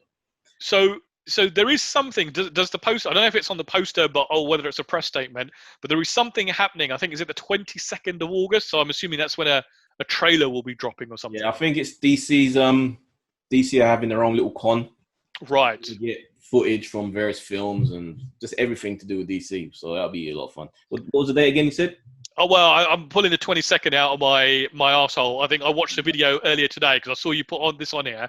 I thought I better read it. So I know there is something coming in the next couple of weeks, which I'm assuming will probably be a teaser or a trailer or something. That could be a lot of fun, man. Playing DC villains, most of them Batman villains, going after Superman. Who's a more worthy person to try and take down?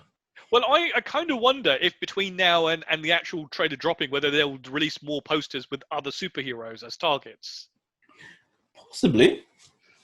You got more than one villain. You got to have, games now for that 10-hour length that most games are now. Exactly. And I think with making a video game, you're not really stuck in the same kind of rules and mold set you have to be for the films. Mission. I guess Superman has to be the main one, though. The final boss. Because how the fuck do you take down Superman? Is this a game that interests you then? Is this a game that will make you buy a system to play it? Depends who's making it. I forgot what company's behind it. So it's I don't know who. So it's Rockstar. Oh, actually, so I remember it's coming to both. Rocksteady. It's coming to both Rocksteady. It's coming to both PlayStation and Xbox. Okay, it's Rockstar. If it was Rockstar, definitely Rocksteady. Yeah, it could be good. But this is next gen as well, so could be pretty impressive whatever they do with it. So start saving up those pennies. Yes. I just want to get a next gen just for the 4K player. It's a cheaper 4K player with bonus features, as far as I'm concerned. I mean, you could pick up an Xbox S now for it used to retail for $200. It must be way under that now. I want to have the option of getting the cool games though. So I want to get the Sony. So are you prepared to drop like $400 on a PlayStation 5? Dude, it's more substantial than $800 on a phone. That is true, actually, because it'll be like 5 years or whatever, right? That will at minimum. I can do more. It's crazy, really, isn't it? Like you get that, and even if buying a console, I think like 300 quid, 400 quid. But you're absolutely right. We dropped like $1,000 on a phone without thinking about it. Great, yeah, it's nuts. Yeah. I'm into it. Definitely. Yeah. PlayStation, give me it. But what you were saying about next gen games? There's possible prices out for what they could be. So I don't know. Did you cut this from our because we started talking about this and your battery ran out? So do you remember that? Yeah. So this is made it. So we talk about it again, right? So if you look at the state of gaming development now, right?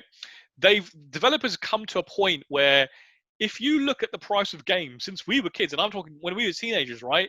I remember like buying a Nintendo NES game, right? The 8-bit, they were still £40. Games are still that sort of price, right? I can still buy a brand new game on release day for £40 now. Or 45 quid or whatever. That's considered cheap. So in real terms, games haven't actually gone up in price. In fact, they've actually decreased. But the cost of making those games has gone up exponentially, right? And to make these like bigger and bigger games for like more and more powerful consoles, developers have had to do things like in-game currency, loot boxes, selling you like skins, selling you DLC, all that kind of stuff. So it's kept the base price of the game relatively cheap, but they've had to add like all these extras to kind of make money. So there is some talk that the next gen prices might actually go up to like $70. So in the US, apparently $60 is what a new game cost, and the next one might go up to 70. So there's obviously been a lot of outcry about this. But if you actually kind of think about it, I'm still amazed that they can still produce these games at those prices. Yeah, people grind, but especially with next gen now, the size of the team. Like I was looking at behind the scenes stuff of like the God of War and the size of the team that they have making these games, and the years it takes to make them. Like sometimes it can take 5 years to make a game.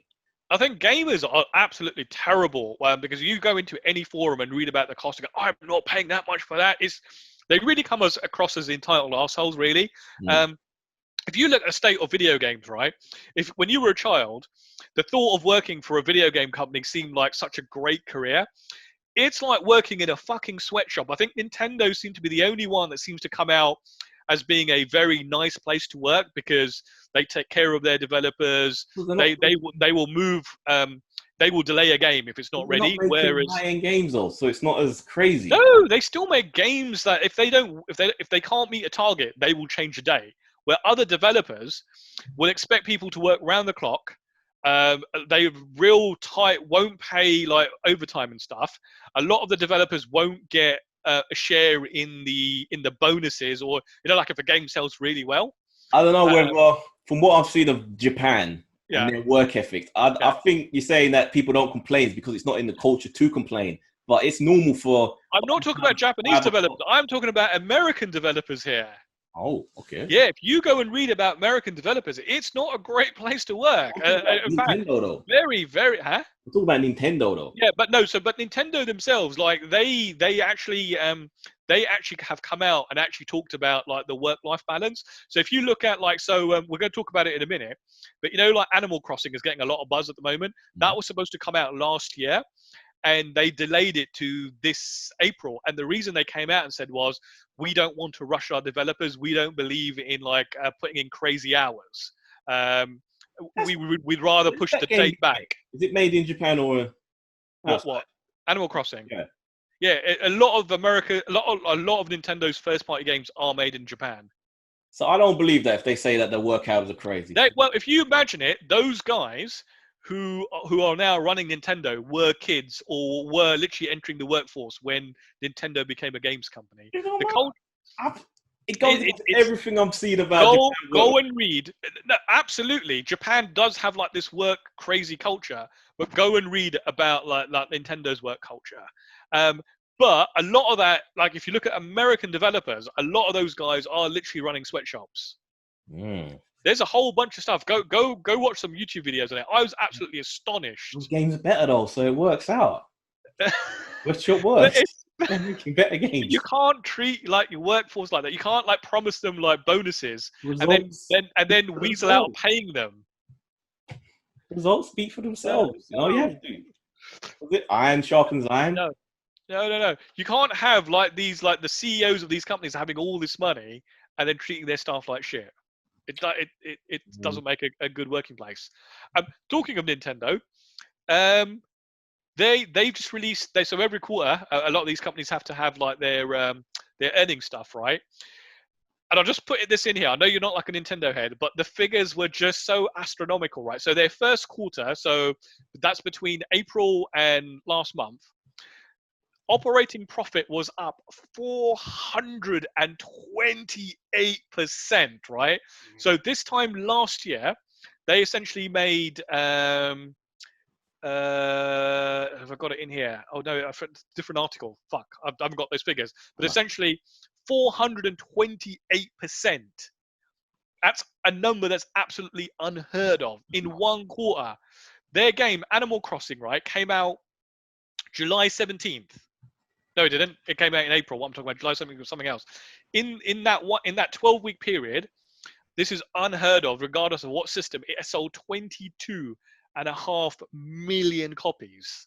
I just don't get the madness of those games. They're like little kids. They're like games that could be on a phone. It's like Nintendo. Hey, listen, you need to play some Nintendo games. Cutesy characters. Like, come on, man.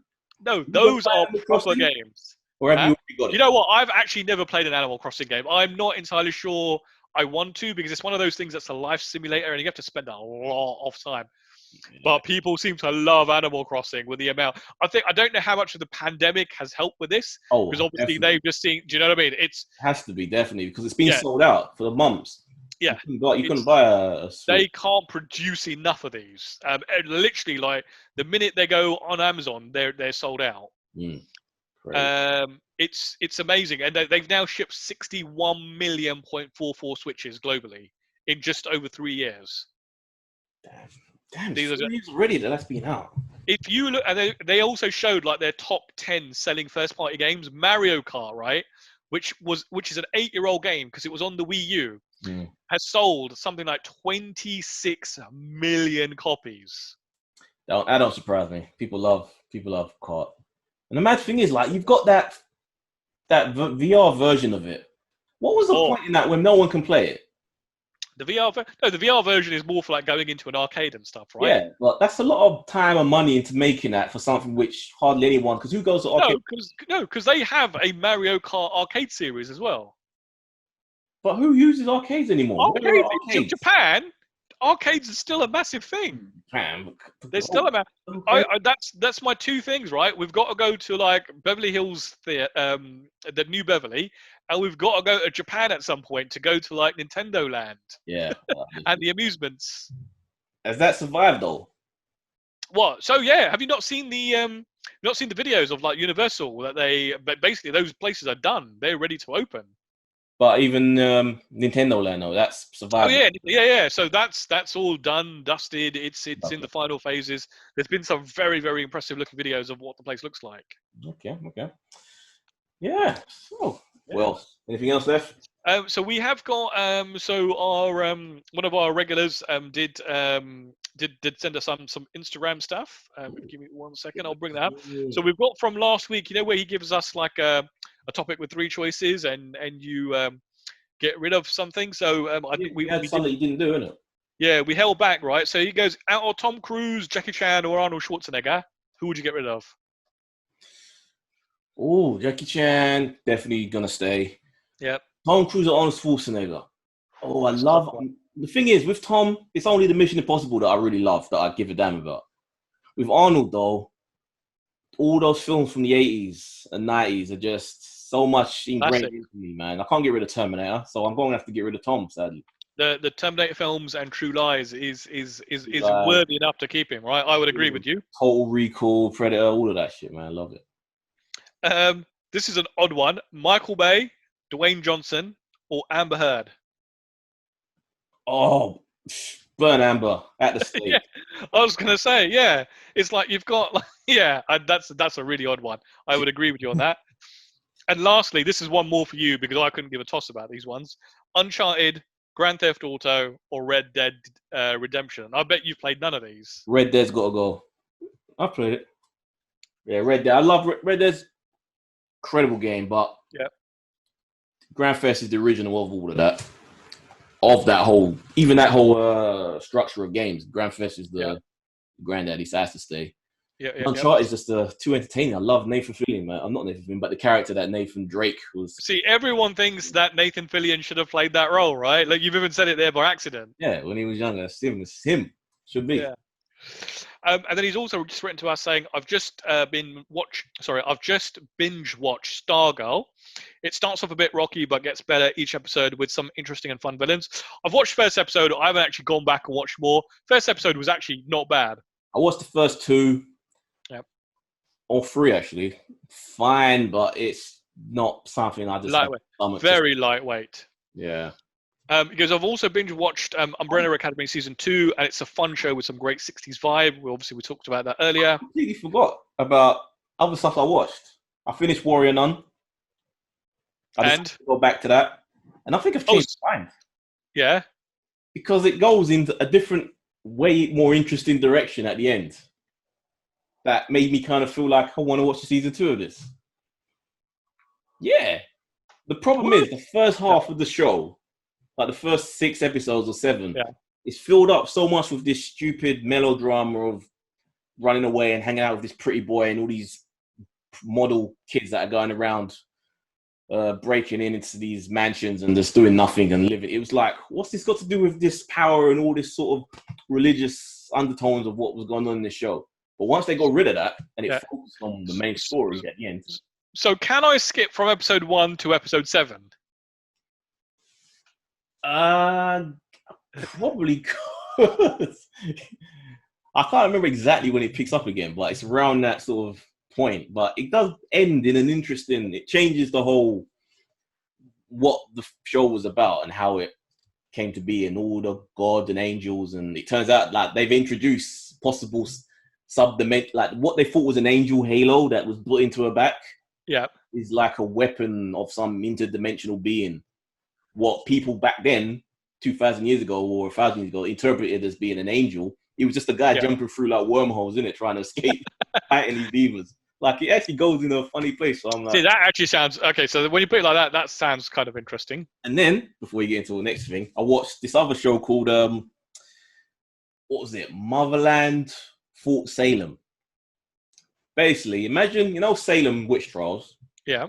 Imagine that didn't happen. Imagine if witches in America were embraced instead of being persecuted and burnt at the stake.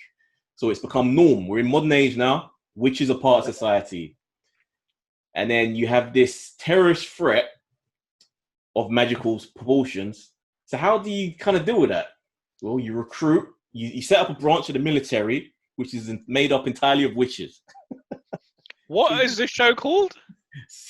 Motherland Fort Salem. So what is this on?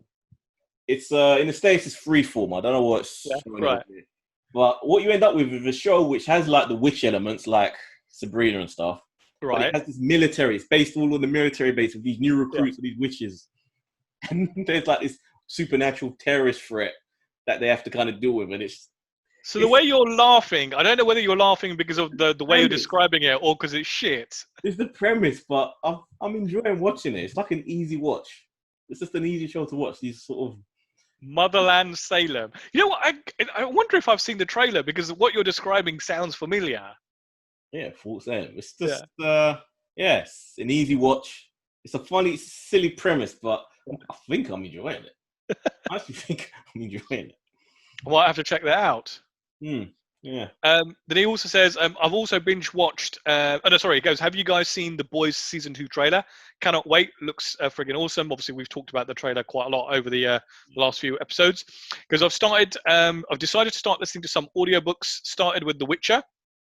Ooh. Just finished the Striga short story. I remember they adapted it to the series as an episode that I really enjoyed. So I played Red Dead Redemption 2. Love the story, characters, and tie-ins to the original. Makes me want to start watching more cowboy movies. It really does. It really does. Dude, if you're into audiobooks and if you've got an Audible account, check out the new Sandman one. Oh, I did see you guys talking about that on your other podcast. Yeah, go check that out. It's really good. Or at least the first half is the story there's various little stories in it, but the story that takes up the first half of it, like 6 hours. Amazing.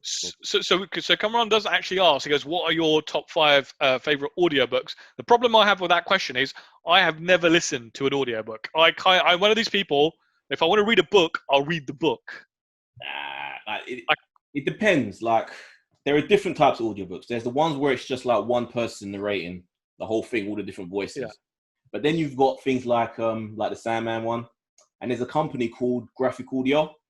So come on, if you can find torrents for these, if you don't want to subscribe. But the company Graphic Audio, they had a whole bunch of like superhero-based audiobooks from Marvel and DC, and they were amazing. Full cast, sound effects, the whole 9 music. Oh, it's not because I wouldn't like them. And Cameron, be a model citizen and pay for these. Don't listen to any. Don't become a criminal and downer.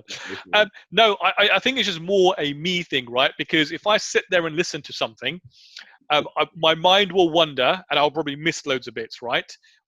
Because whereas when I do a lot of housework and chores and stuff, I listen to podcasts. But obviously, when you're reading a book, you're kind of like you're drawn right into it and you can't really escape it. But if you can listen to a podcast, then why can't you listen to a narrative? Yeah, but if I miss something on a podcast, it doesn't really matter. But if you're like, it's like watching a movie and suddenly playing on your phone, and then all of a sudden it's like, hold on, what happened there? That doesn't make sense. So I miss kind of something. So yeah, Cameron, graphic audio, there's a whole bunch of Batman ones which I really love that they made. There's a Justice League one. I can't remember the names. It's going back a few years. Yeah, I have to remember the names of some of these ones. I've forgotten. My memory is really bad. I've gotten to a point. You know that they say you can only remember 500 names. I think the human brain has a capacity to remember that much. I think I've reached that capacity like 15 years ago. And now any new thing I'm learning is pushing out everything else I already knew, and I just can't remember shit anymore. It's not that. It's once you get to a certain age, mate. It's like if you think we probably don't use our brain anywhere near as much as we used to when we were in school. The problem was when I got back into wrestling, remembering all those wrestlers' names, which I remember like that, it's fucked everything else up. So it's taking up too much space in my brain. Mate, I used to, when I was like at the height of like my legendary like memory and stuff, I could recite to you the episode names of every Babylon 5 episodes in season order. Do you know what I mean? That's like how much stuff was in my head. One of those. And now I'd probably struggle to like name you 5 from each season. Yeah. So, guys, how can they get in contact with us tomorrow if they want to do so? Right, folks, if you want to contact us, we are at tatmpodcast@gmail.com for email. If you want to tweet us, we are at Talking Movies 3. And if you want to follow us on Instagram, we are Talking at the Movies. Guys, don't forget, check out, if you want to listen to the audio version of this, check out Voltron Network on YouTube. Give us a thumbs up.